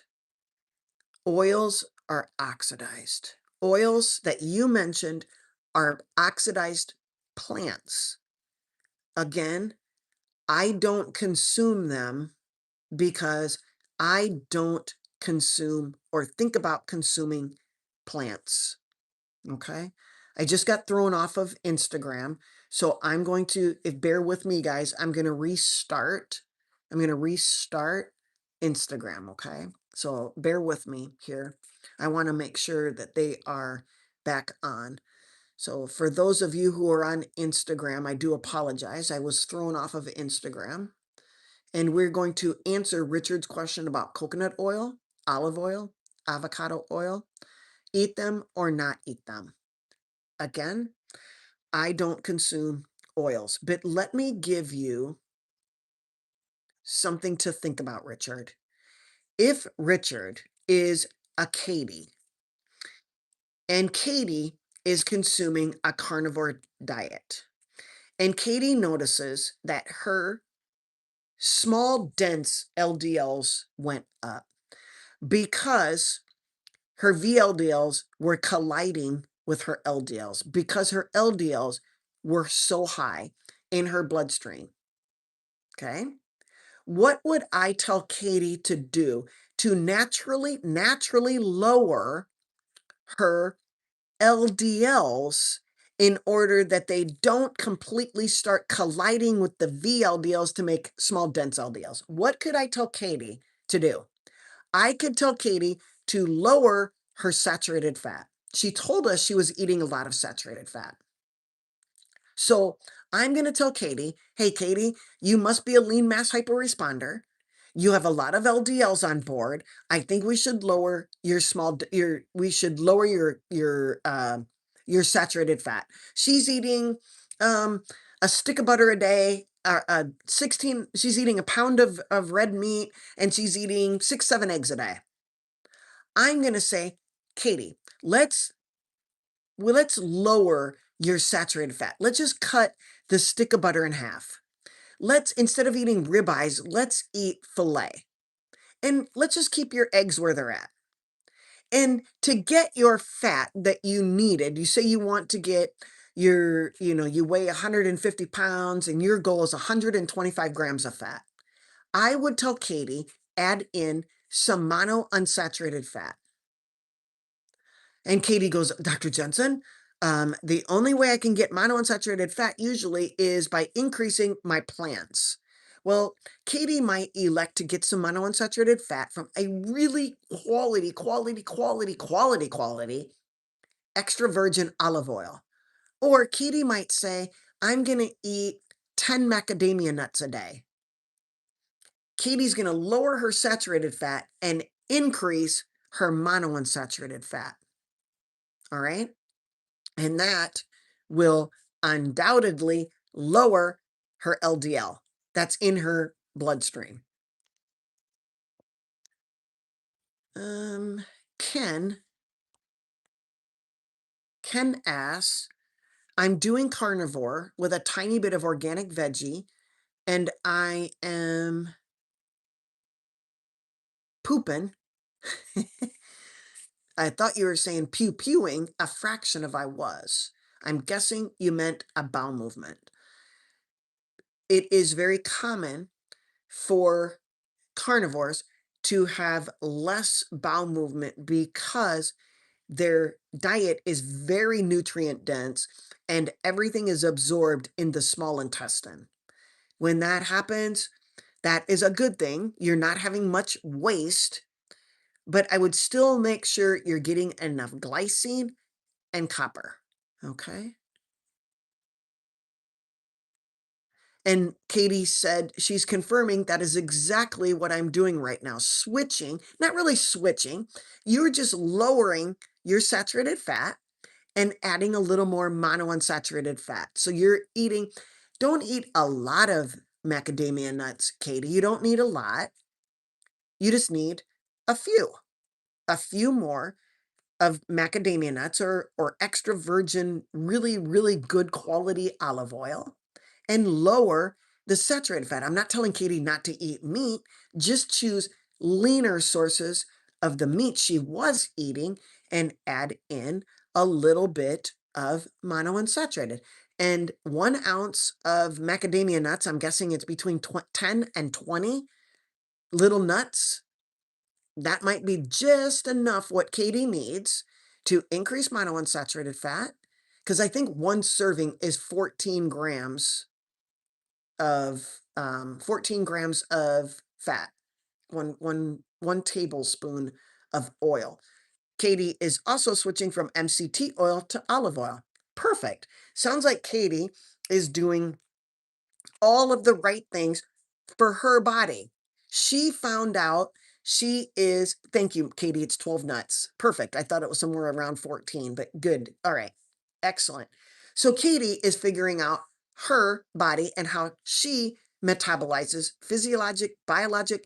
Katie, you guys are different. Okay. Everybody is different on why their LDL might be high. Katie was freaked out. Her doctors are freaked out. Their answer is treat the LDL number. Here's your statin.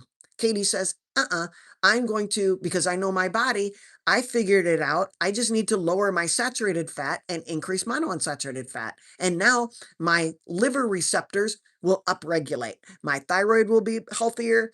And this is just Katie or people like Katie. Makes sense, you guys. Hopefully it does. Richard uses lard and butter. Ken says try beef tallow. So beef butter, beef tallow, lard, ghee, those are great sources of fat for cooking. I would never use an oil. I would never burn my already oxidized oil. Okay. What was that word? Hyper what? Because I'm pretty sure that is what's messing up my cholesterol numbers. Got it. Ken. Hyper absorber. If you are a hyper absorber, your NPC1L1 receptors in your gut are hyperactive. They are vacuuming up all of your cholesterol that was supposed to go out in your bowel movement. If you want to know if you are a hyper absorber, get a cholesterol balance test.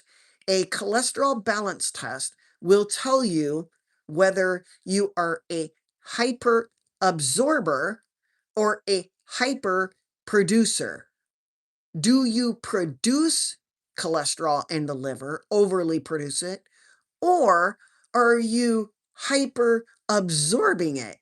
Can you be both? Yes. Should you want to know? Yes. Why? Because you want to know how to treat it. If you're a hyper absorber and you don't want to take medicines, you might say, okay, this is where I'm going to add in fiber. I'm going to bind up all of that cholesterol and get it out before the NPC1L1 vacuums it up. Or I'm going to take Zetia. Okay? Those are your options. If you are genetically hyperabsorber, get a cholesterol balance test. If your siderosterol level is high, you're a hyperabsorber. Okay? It checks for overproducer or hyperproducer, however you want to say it, and hyperabsorber. Ken says, how do I get glycine and copper supplement? Yeah, if you are not going to eat organ meats and you are not going to eat bone broth and eat tendons and eat cartilage, then yes, I think that you should probably take a supplement, especially if you are a vegan or a meat, only eating meat and eggs and butter. Okay. Glycine, I would get a pure glycine supplement, just pure glycine, because we need between 12 and 15 grams of glycine in today's modern world. We need all of that glycine. Our body can make glycine. that means it's non-essential. But what it can make is about 3 grams. And 3 grams is not enough. So sometimes, and some people call glycine conditionally essential, meaning we better take some. We need more. We better take some, eat more, whatever it takes, okay? In order to neutralize all of the things glycine needs to do in the body. 12 to 15 grams. So that looks like getting a pure glycine supplement and taking about 3 grams of that. And that might look like getting some magnesium glycinate to take before bedtime. And it might look like getting some glycine in a supplement like, I am not working for these people. I'm just giving you an idea. Do I know anything about them? No. But Paleo Valley makes a collagen bone broth protein powder. 1 scoop will get you about 3 more grams. So if you have the Paleo Valley, there's 3.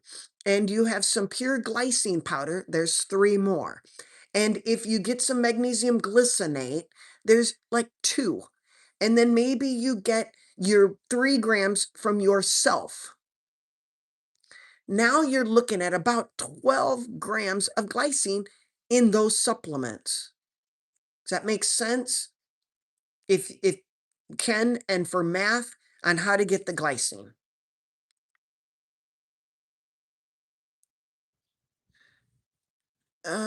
I'll get to your question, Mary. Let me make sure that we got the glycine done. Do we need fermented food for our microbiome? Great question. I think in general, my answer would be no, because your biome will eat what you give it. Now, if you eat carnivore, you're going to develop bacteria in your gut that eat carnivore. If you eat a standard American crapola diet, those are my words, crapola, I made that word up. If you eat a crapola diet, you probably need more fermented foods to eat the crapola and get that waste out of your body. I think if you go from a crapola diet to a carnivore diet and you're waiting for your biome to change, you should probably eat some fermented food to help it along for the next 2 weeks. What fermented food would I choose? Animal-based. A cultured cottage cheese, kefir, a plain, whole, organic kefir. Could you eat plain, whole kefir on a regular basis? Absolutely. Will it hurt you? No. Will your microbiome be any stronger? I don't know. But some people love, I happen to have added back my cultured cottage cheese. I like cottage cheese. I gave it up for 6 weeks to see how I would feel. I don't really feel any different. I am not addicted to the casomorphines in cottage cheese, so I don't have to worry about eating the whole container in one shot. I can eat a couple teaspoons or a couple forkfuls every night before I go to bed, and I feel the casein and the casein protein, help keep my blood sugars stable instead of crashing in the middle of the night around 2 or 3 in the morning. I'm going to add in a little bit of something, something like cottage cheese to hopefully keep me stable in the middle of the night. Because if you're carnivore, your blood sugars are going to be low, your insulin is going to be low, and your body, while you're sleeping, senses low blood sugar. For some people, it could be 70, for others, it could be 50. And then your body, your brain senses low blood sugar. Okay. It has no ketones because you're sleeping and you've used everything. So your body, your brain is going to tell your liver to kick in and make glucose. Well, how did it do that? It stressed in the middle of the night, meaning you got a fight or flight reaction. You weren't probably going to die, but your body senses fight or flight. It senses I need for sugar. So your cortisol went up, your adrenaline went up, your liver kicked in, you produced sugar, and you woke yourself up. That is usually why carnivores don't sleep very well or wake up too early in the morning. They just didn't have enough blood sugar.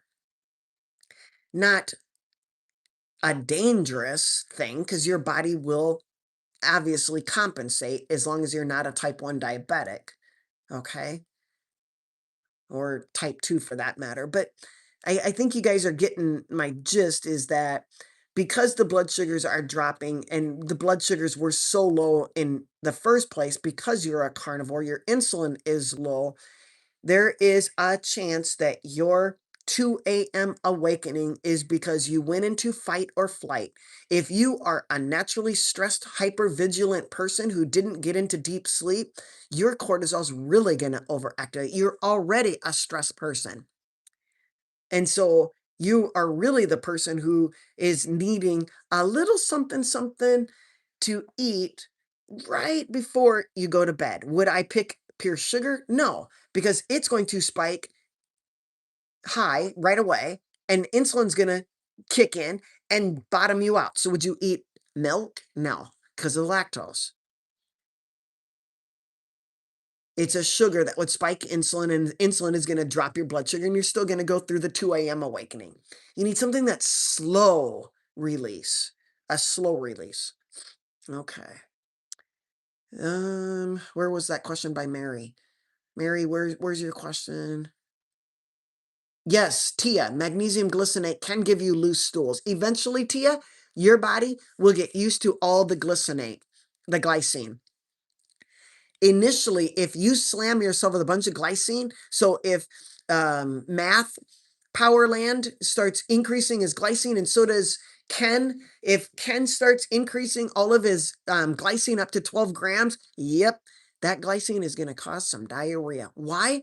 Because your intestinal cells are reabsorbing all of the water. They are healing. You were probably glutathione deficient. You had so much cellular debris build up, all of the lymphatics, nothing was working because you were glycine deficient. And now you're getting all the glycine that it didn't have. It's going to take you 3-4 weeks for your bowels and the intestinal cells and your lymphatics to start kicking in and accommodate to the normal amount of glycine your body needs. So that's what the diarrhea is. And yes, it will usually go away, Tia. Okay. I got, I got Buddy here. Buddy. Okay. All right.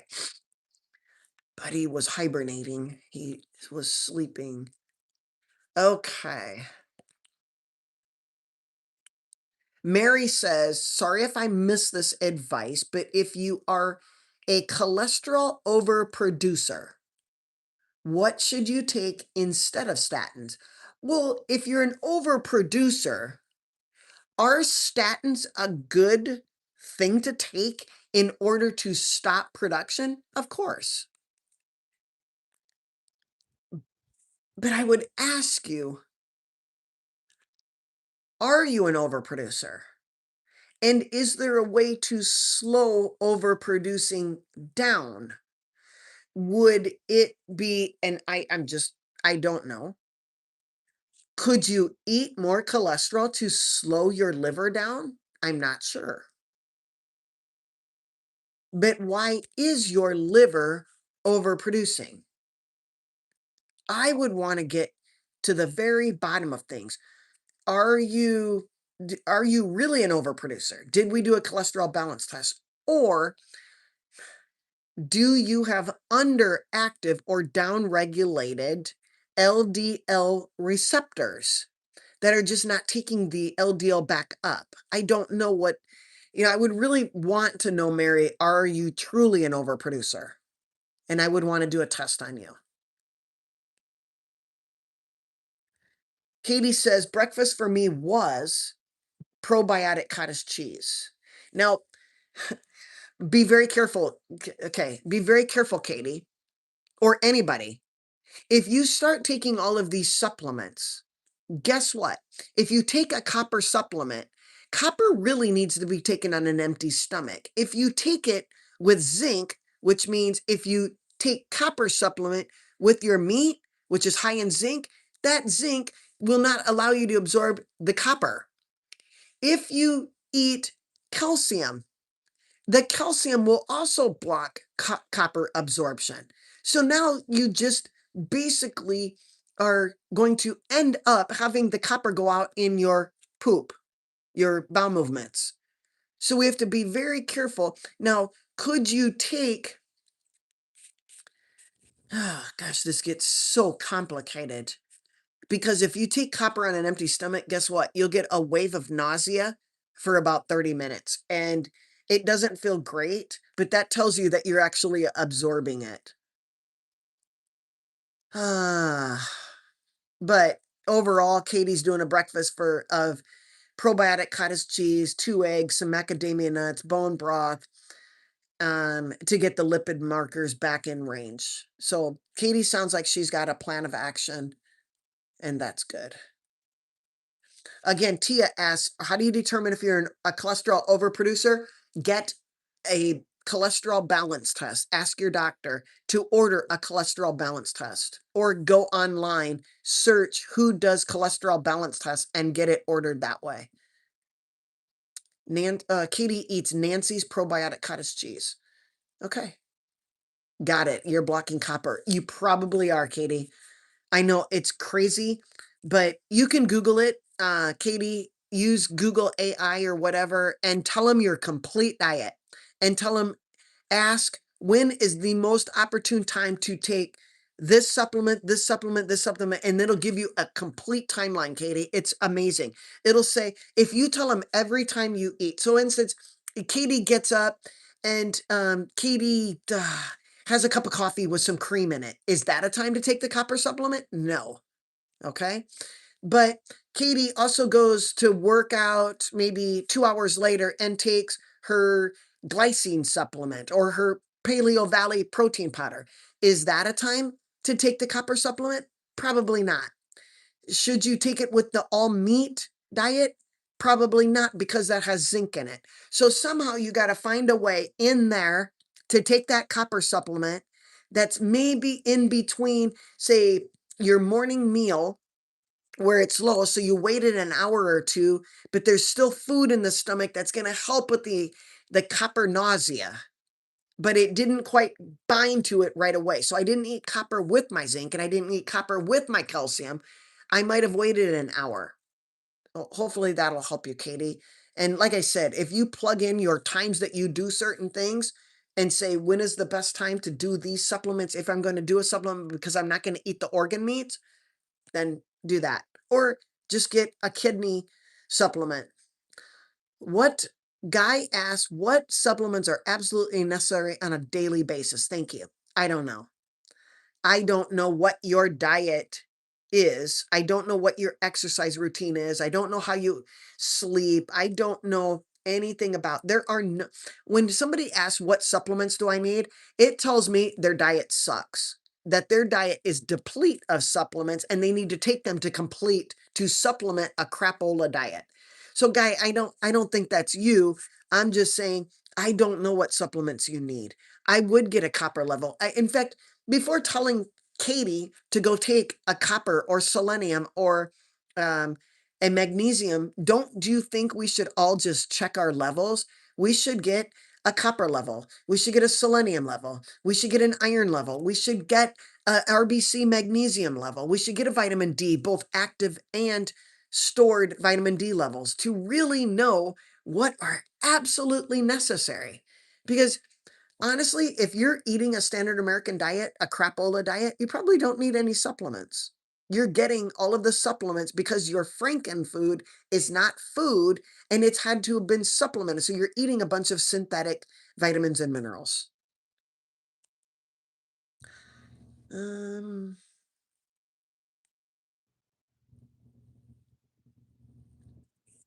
Ken says, OMG, a doctor who realizes not everyone is the same. We are all an animal, a mammal, so it makes us the same. However, over time, Ken, we have different, somewhat genetics. I don't want to say we are not a slave to our genetics. We should not be doom and gloom with our genetics because I believe in epigenetics. I don't think that my genetics is going to be the death of me. I think feeding my genetics could be the death of me. Okay. If I have genetic something or other, if I have, I don't know, I'm just not going to feed it. Okay. Do I think we all have cancer genes? Yes. By this time, I think all of us are probably have cancer in us, cells, and our immune system keeps them at bay or it doesn't. So I don't want an immune system that is feeding on inflammation.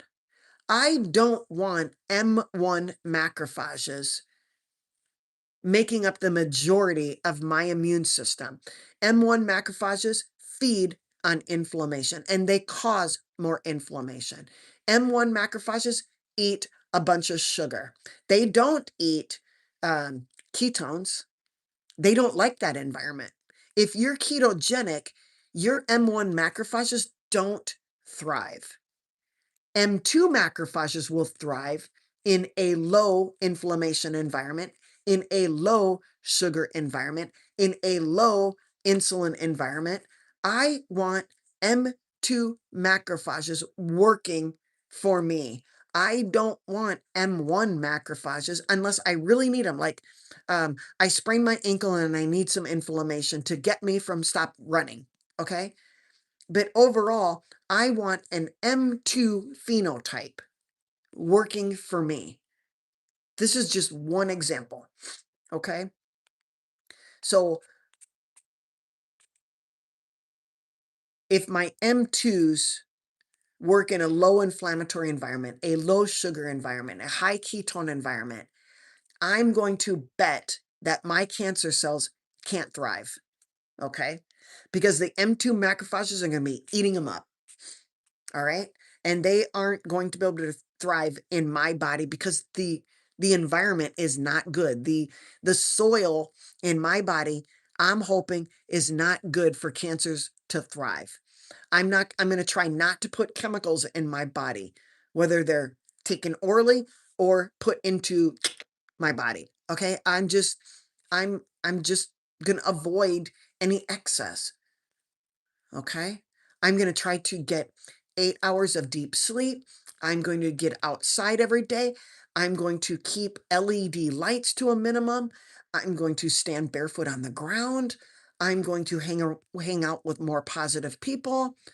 All of these things help the body to thrive. In fact, I believe that a person eating a crapola diet who has positive people in their life and they sleep amazingly well and walk barefoot on the ground outside and just love life, they're going to live longer than anybody who's trying to avoid a crapola diet. I truly believe that our whole environment needs, it's not that it needs to be micromanaged, but everything compounds. It's not just one thing.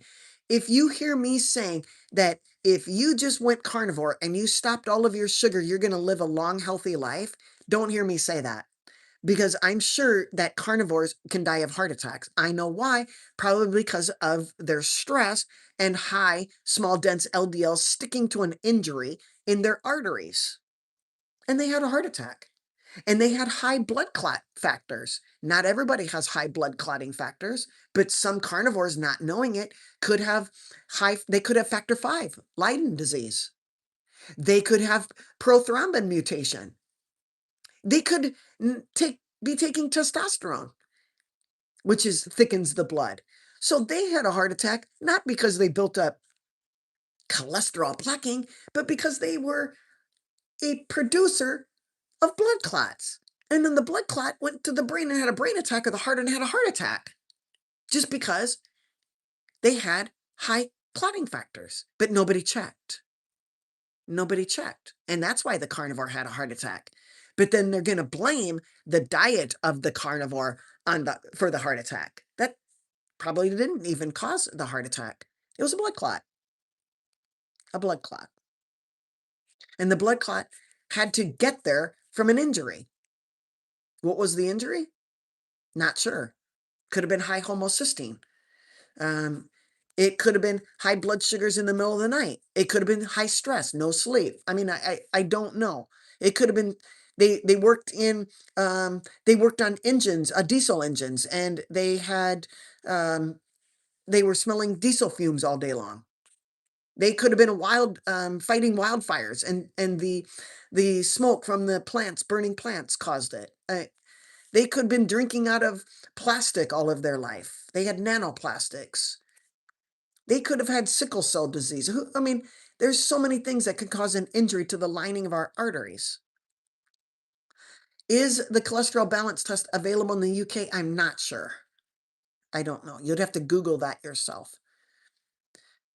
Rebecca takes magnesium threonate in the morning and glycinate at night. This reminds me, guys, be very careful when you're looking at your bottle of magnesium, and you want to get 400 milligrams of magnesium a day, or 500 milligrams of, or yeah, milligrams, yeah, of magnesium. And on your label, it'll say magnesium 400, and then a little bit lower, it'll say 60. Well, the 60 is the actual elemental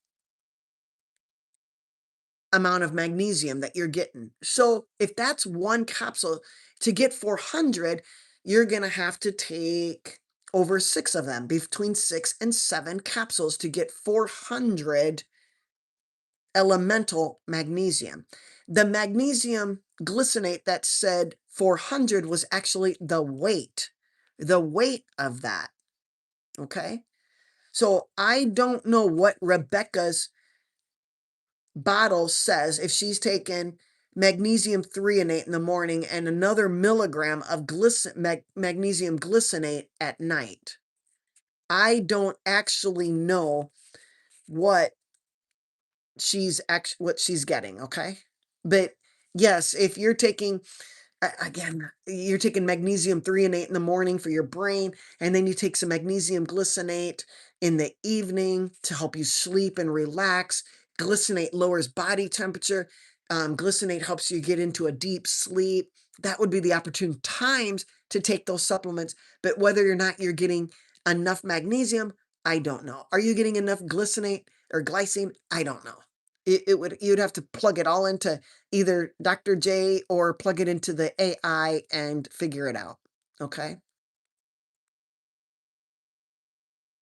Guy says, I'm pretty conscious of what I eat, but yeah, there's always room, even for me, Guy. Oh my gosh. There's room for improvement. And that's why I'm just on my journey of keep learning. Okay. Um, Math says monounsaturated fat avocados. If you want to eat avocados, yes, that is a great source of monounsaturated fat. And in order to get Math Powerland might need to eat avocados in order to get enough monounsaturated fat to compensate for the saturated fat that Math eats. So yeah, good question. Okay. Nin says, I take 2,000 milligrams, which is 2 grams of glycine, about a couple of hours before I go to sleep. It is a vasodilator, improves sleep architecture. It does. Perfect. Perfectly said. And some people need to take it a couple hours before, some people 60 minutes before, some people 30 minutes before. So Nin finds out that 2 hours before gets the body temperature perfect, calms them down. Yeah, vasodilates, whatever that Nin needs to take glycine for. Good, good, good, good. Nin also takes magnesium glycinate before bed as well. Sounds like you guys are very well read. It's just that we need to be careful. Get a magnesium, an RBC magnesium. Just make sure you're not getting too much, because If you got too much magnesium, could you get too much potassium? Yes. Your potassium level could go up. And what is hyperkalemia? I mean, you could cause an arrhythmia. We just need to be careful. If you're consistently taking something for a few months, get levels and make sure you're not over or under. All right.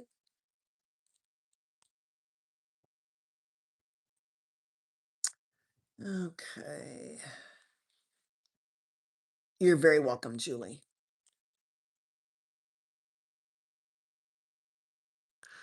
Ken adds that kefir has been shown to effectively treat ADHD than medications, probably just helping get some equilibrium in their neurotransmitters, which we are realizing is mostly made in the gut. Yeah, serotonin for sure, right? How can I get a consultation? Ask Phyllis. Phyllis, you can email me at ironladydoc@aol.com. IRONLADYDOC@aol.com.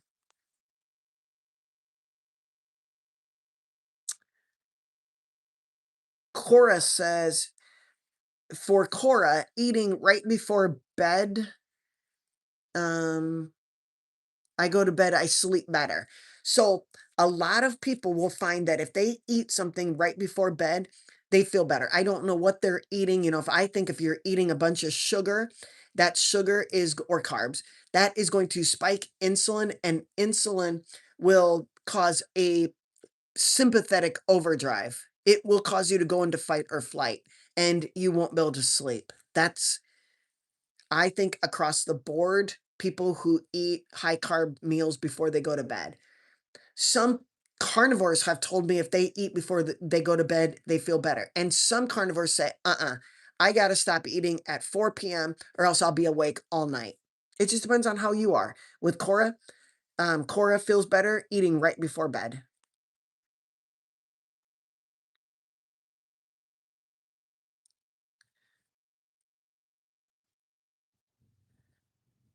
Um,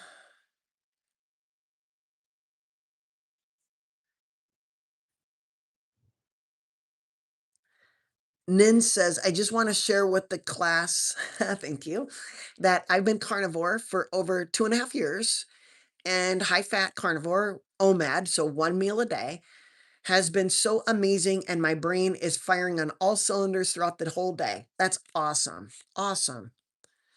Let's see. Do we have Chatty Cathy says, I'm in Canada. How do I go about getting a consult with you?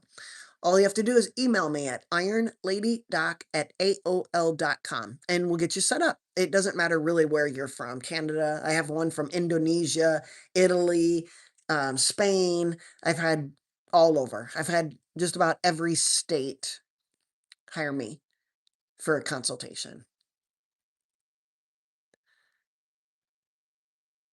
Tia says, what can you take for insufficient venous calf muscle pain cramping? You need to find out why you have insufficient venous return. You might want to consider getting iron studies. I would wear compression socks. Those are the things naturally I would do. M2 macrophages. How do I increase M2 macrophages? You would make sure that you have a low sugar, low insulin environment. Okay. So if you're eating a bunch of, it's not which food should you eat to increase M2, it's which one should you take out. Carbohydrates. Take out carbohydrates and you have a better chance for M2 macrophages. They thrive in a ketosis environment, whereas M1 feed on a high sugar environment.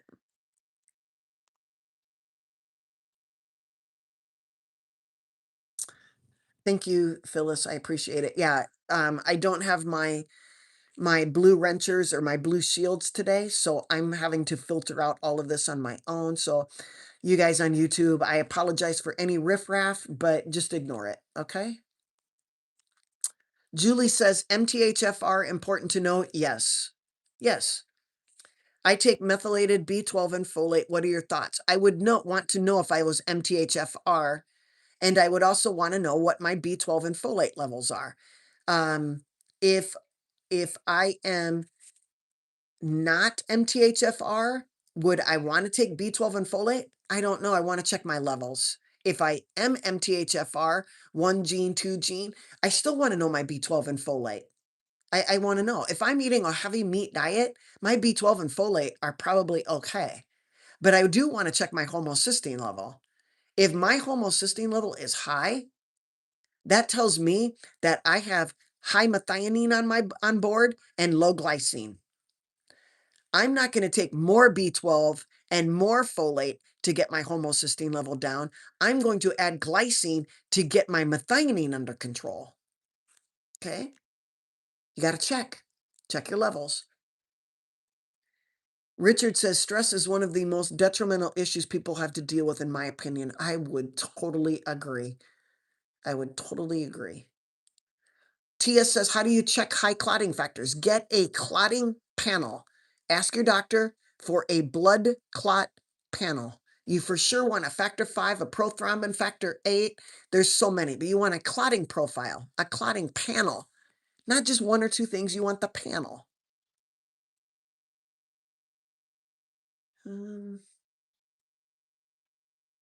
Rebecca, it says 400 milligrams. I'm guessing we're talking about magnesium, but there's two lines.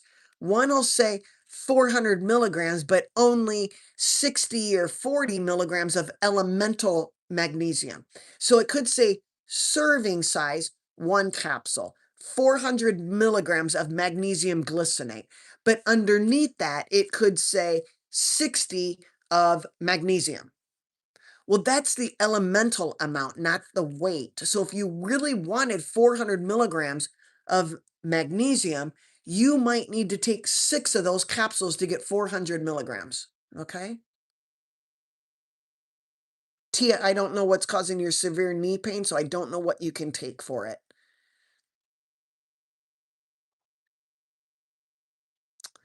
What about L-theanine? For what? I'm not sure what you're talking about.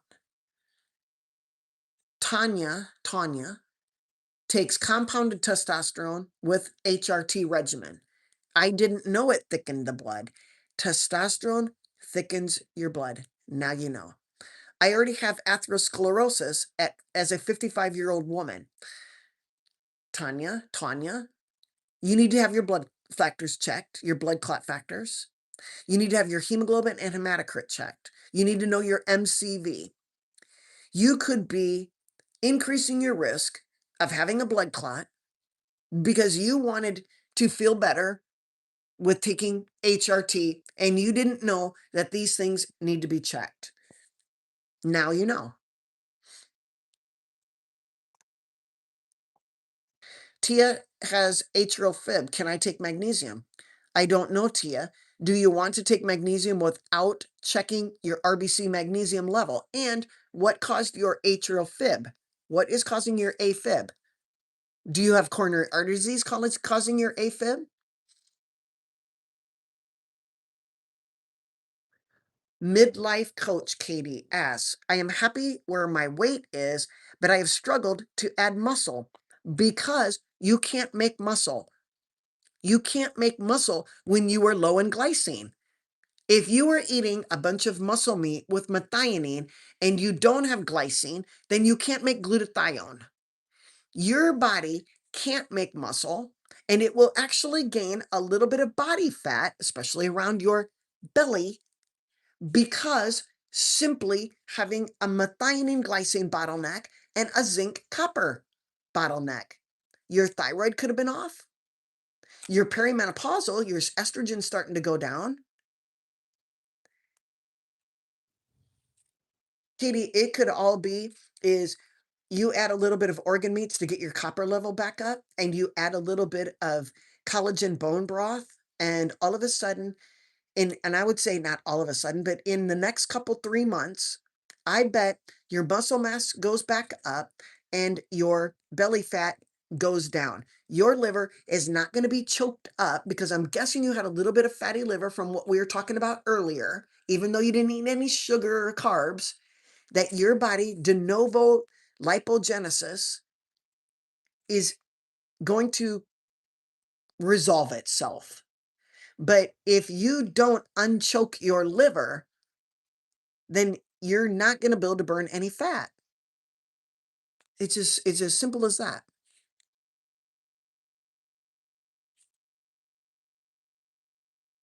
Richard says, when I say I try to eat carnivore, I mean when I can afford it. Perfect. Richard, we talked about this and we understand I understand your predicament. Is just do the best you can.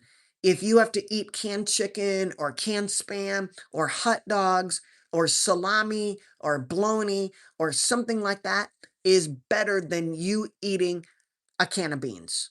Okay?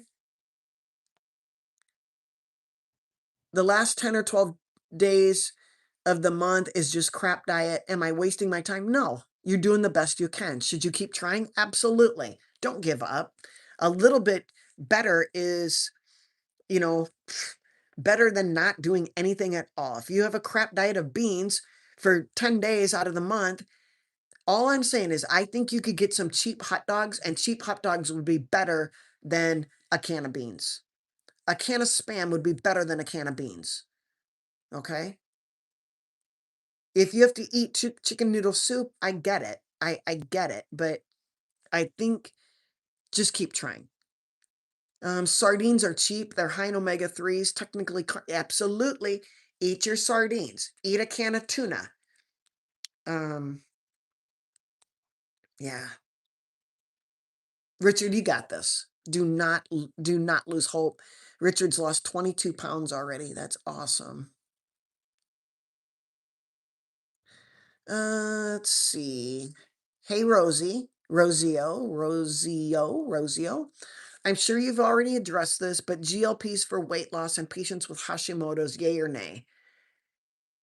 What are you, you're taking a GLP for weight loss. Why do you have, why do you have weight gain?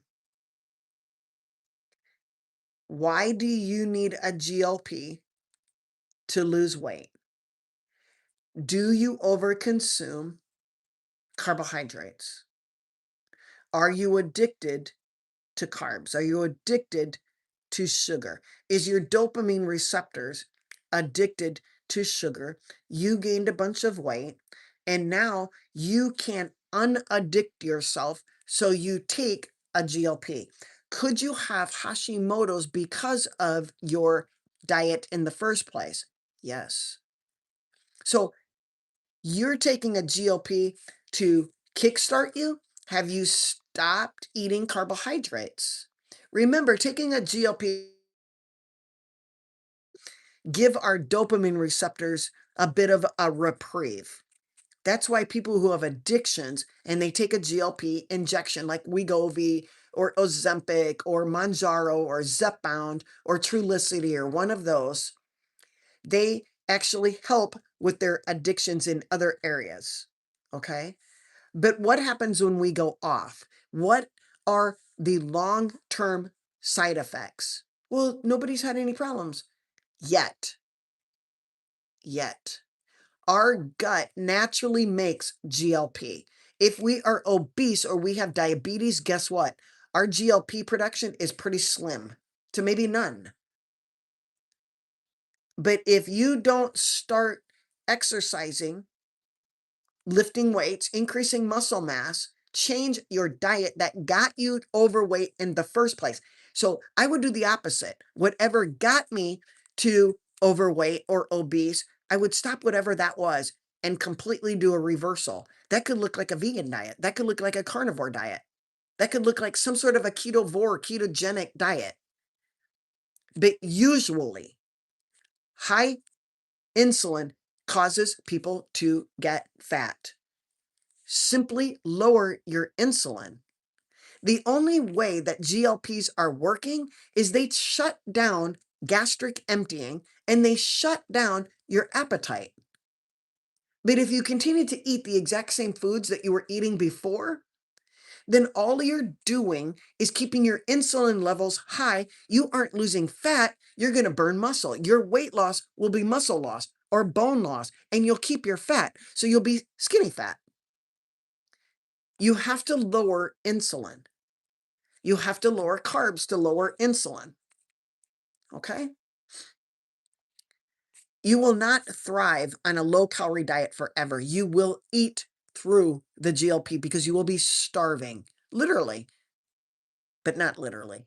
Literally would be you to starvation means you have no more fat on your body. None, zero. You cannot, because you have no more fat, you cannot have ketones. If you have no ketones, no more ketones, you will go into starvation. Okay? Yumble says, Yumble Cookie Company, what is your email address for consultation? ironladydoc@aol.com. ironladydoc@aol.com.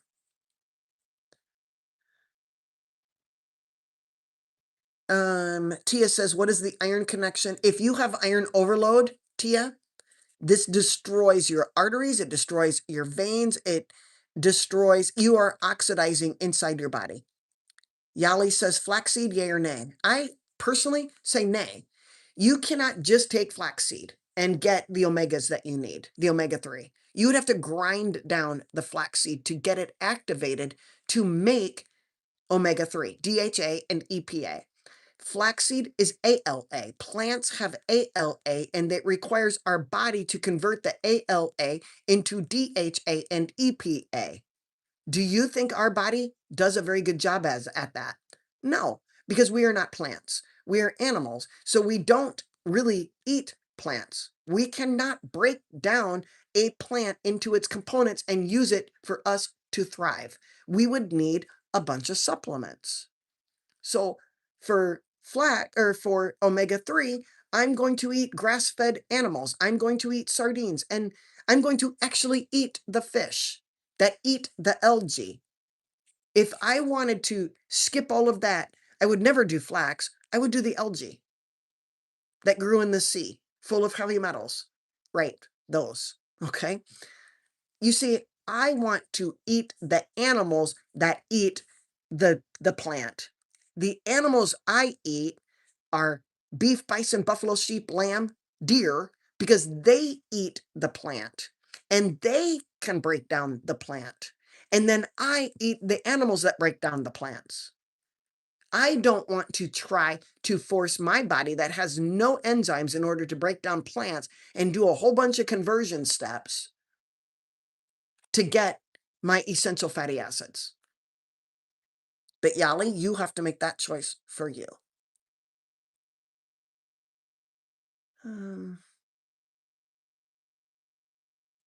What is the test to determine magnesium level? RBC magnesium. It's called an RBC magnesium. Richard says, Dr. J, you make all of this so much easier to understand. I hope so. Because in my head, I feel like I'm completely understandable because I understand me and the way I teach. But I feel that if I break all of this down into the most simplest term without adding so many conflating terms, biochemistry, you guys will get the gist of it. And eventually we start adding more terms, more biochemistry, because you will start connecting dots. It is amazing when your brain starts connecting dots. It's just simply amazing. Okay. Okay.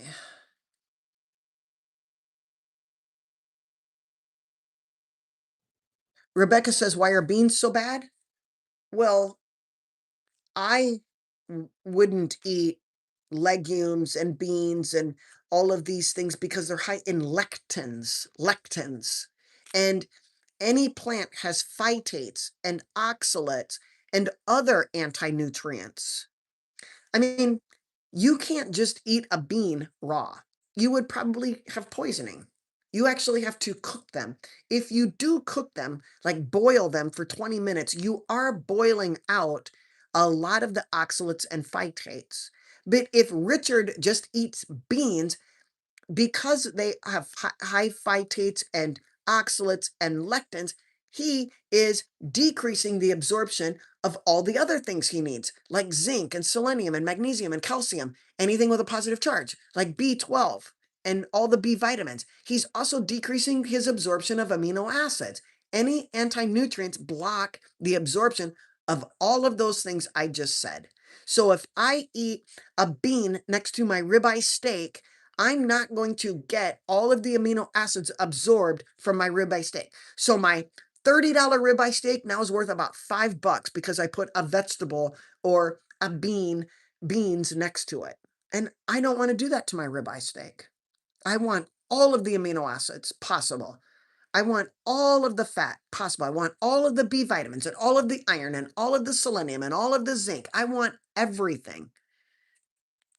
I don't want to decrease what I paid for in a real good ribeye steak with a plant of any sort. Preserved preserved meats, are they not carcinogenic? Hot dogs, why are they carcinogenic, Tia? I don't know. What did you hear that would give you the idea that hot dogs and cold cuts are carcinogenic? As compared to what? What is it in those things that you've heard are carcinogenic? And how do you decipher whether that's the truth or not the truth? If I didn't want somebody to eat cold cuts like Richard, and I wanted him to eat a bunch of beans and be nutrient deficient and avoid cold cuts because it causes cancer, then I get Richard not to eat cold cuts and I get Richard to eat a bunch of plants that make him sick. That's going to require more doctor time. Julie says, do we get enough vitamin C from a ketogenic diet? Simple answer, yes. Do you need to supplement with liposomal vitamin C? The only time I think that you need to supplement with liposomal, which is easier absorbed, vitamin C, is if you're eating carbs. If you're eating sugar and vitamin C use the exact same receptor. So if you're eating a bunch of carbs, you're going to block the vitamin C receptors, and you're going to need more vitamin C to offset all of the carbs. So do I think a carnivore ketovore person needs vitamin C? No, I think their body gets enough from what they're eating. And yeah, that's what I think. Yumbo says, hi, thank you. I appreciate what you're doing. Oh, you're very welcome.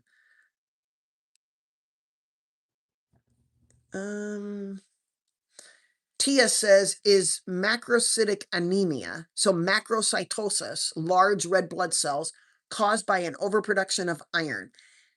Not an overproduction. You have iron overload or hemochromatosis, high iron, or you don't have it. Well, you probably do because you have iron trapping, iron trapped in organs, and you can't use iron in your red blood cells, in your hemoglobin to make oxygen and to do all of these things. Your iron is in the wrong place. So then your bone marrow makes abnormal red blood cells. And those red blood cells are unhealthy, whether they're too small, microcytic, or too big, macrocytic. You want normocytic, normal size cells. Okay. So something affects the bone marrow making the red blood cell. Is it a liver problem? Could be. Is it an iron overload problem? Could be. I eat chia seeds and grind them first. Okay. You're welcome, Yali. I appreciate you too. So Candy says, my stomach doesn't absorb iron. Well, it does a little bit, right? Due to a partial gastrectomy from a bleeding ulcer. Okay. I was having very bloody UTIs last year. I don't know how the bleeding ulcer got to your urine, but you had to do iron infusions. Now my ferritin is very high. Has been for 10 months. But you are injecting fake synthetic iron, which is non-heme iron. Non-heme iron is not easily absorbed. It takes a lot more to get your iron up. Therefore, you had to infuse yourself. Now, you can still get iron overload because you have so much non-heme iron. So too high ferritin and too low ferritin could indicate iron trapping. So am I a big believer in taking fake iron? No. Am I a better believer in eating heme iron? Yes. It's real. It's absorbable. 30% is absorbable, not 3% non-heme iron that comes from a plant or synthetic vitamins. Allison says, I'm so glad that I found you. I'm learning so much every time. You're very welcome. Please share me. Share me, and maybe someone else can find good information. There's a lot of these questions that I'm not ignoring, but I'm bypassing. Tia, you're asking a lot of questions, and I really just want to get to some other questions instead of Tia, maybe with all of your questions, a consult would be in your best interest. Heidi says, you mentioned before that there's a doc to watch on YouTube that speaks about vegetables. Yeah, this is the video that put me over the edge and I stopped eating plants. It's Dr. Anthony Chaffee, Chaffee, Chaffee, Anthony Chaffee. He's in Australia. And he did a lecture series on why plants are trying to kill you. It was excellent. It got me really thinking about 3 or 4 years ago. That and reading the book, The Big Fat Surprise, The Big Fat Surprise. Sunny says, I would like to eat more carnivore, but it gave me severe constipation. Is your severe constipation meaning you had symptoms or you just didn't have a frequent bowel movement? Which is it? Because constipation isn't frequency of bowel movement, it's symptoms. Cramping, bloating, straining, pushing hard, those things. Okay. So I don't know what your definition of constipation is. It's not the meat that caused your constipation. It was probably a lack of fat. And you could have been low in glycine on your carnivore diet. When you add glycine back in, your stools will start to move. Okay. You'll wonder where all of the stool was hiding. So I don't know what your definition of constipation is. Okay. Hey, Rosio says nitrates in processed meats. Is it really the nitrates in processed meats that causes cancer? Don't we naturally have or want nitrates in our blood? We need nitric oxide, do we not? If we don't have nitric oxide, then we just lost one of our, so to speak, antioxidants. Nitric oxide is produced by our endothelium, our cells in the lining of our arteries. When they are healthy, they release nitric oxide, NO. They vasodilate the arteries so they don't get constricted. So it slays me that we don't really know nitrite, nitrate, nitric oxide, and that formula that gets from one to the other. But yet we will tell ourselves that it just so happens that something that our body makes is causing cancer. I'm not sure.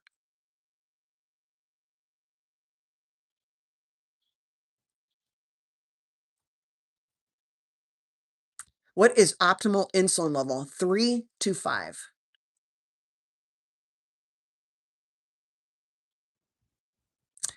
Hey, Rosio says, whenever I do keto in the past, I have increased insomnia. That means that when you are going keto, I don't know how long you tried it, but when you try to get into ketosis, your blood sugars are going to drop. And then once you get fat adapted, you will use your ketones to make energy. Okay. You don't need blood sugars. However, like I mentioned earlier, Rosie, if you were listening, is that some carnivores who naturally have low blood sugar will get even lower in the middle of the night. The sympathetic nervous system senses this and will tell the liver to pump out blood sugar. But because your blood sugar dropped, you increase sympathetic nervous system. So basically, your sympathetic fight or flight nervous system woke you up so you don't like go into a coma.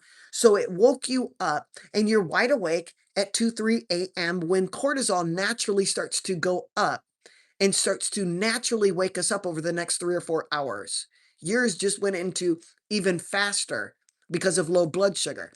So your body had low blood sugar. And honestly, that should get better, but you still could be a person on a carnivore diet whose blood sugar drops too low. And you are the person to eat a little something before you go to bed, like the cottage cheese I mentioned. Okay. Real heme iron is from animals, red meat animals, ruminant red meat.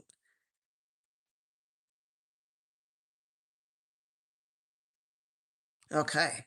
All right, you guys. We are going to call it quits today. I will be back tomorrow. Bring your questions. We can go over a topic. I don't know if you guys want to listen to a topic, but anyway, every Saturday, 9 a.m. Central, every Sunday at 10 a.m. Central, I'll go through everything again. I am live on YouTube and Instagram answering your questions and yeah, helping you guys navigate your healthcare. Okay. If you want to do a consultation and go over your labs, go over your medicines, go over your medical history in depth, you can consult with me. Just email me at ironladydoc@aol.com. IRONLADYDOC at AOL.com. When we close, hit the like button, the thumbs up button, the heart button. If you're on Instagram, hit the heart button. If you're on YouTube, hit the thumbs up. Subscribe if you haven't already subscribed. Share me with your friends, like Katie. Maybe have some clients you can share me with. Okay? Help them, help themselves. Help me, help them, help themselves. You're very welcome, Mary and Rosio and Katie and everybody, Richard, everybody listening. I appreciate you guys too. And it tells me that with all of these questions, you guys are interested in improving your health. You want to get the information to make better choices. That's what this is about. I'm not here to tell you what to do. I'm trying to give you information so you can make good decisions on what to do, what's good for you. Some people say, I'm not going to stop eating plants. Okay, let's boil them for 20 minutes first. Now you can eat the plants, right? There's always options. I might not be best at a complete list of options, but I can give you a little bit of options, okay? So you guys be good. By the way, I forgot to introduce you to Tucker, and I want to thank, there's been some new listeners. This is Tucker. There's been some new listeners who have reached out to me telling me that giving me their condolences. I I am so that makes me happy that people understand that this little guy was my magic, okay? And losing him was very, very difficult, okay? He's still here. He's still with me. He's co-hosting for partner, um, buddy, not a replacement, but just somebody you can get used to for the next, I don't know, 10, 12 years, whatever. But it doesn't replace Tucker. And I want to thank everybody who's recently been reaching out about Tucker and just giving them their thoughts and telling me, I feel for you. I had a dog just like that. And I can have 10 other dogs, but nobody will be a Tucker. Okay. So yeah, thank you, Purple Flower. I appreciate that. And you guys have a great rest of your Saturday, and hopefully you will be back. I'm so sorry, my baby's on my shelf. Yeah, he's on my desk, Victoria. I don't go anywhere with, well, he's with me all the time. He's my co-host and he helps me. He used to be sitting on my lap every day, you guys, when I first started, okay? And I lost him a year ago. So thank you, Mary. And okay, so we'll call it quits. Have a blessed Saturday. I'll meet back with you tomorrow, 10 a.m. Central. Bring your questions, okay? All right. We'll see you guys. See ya.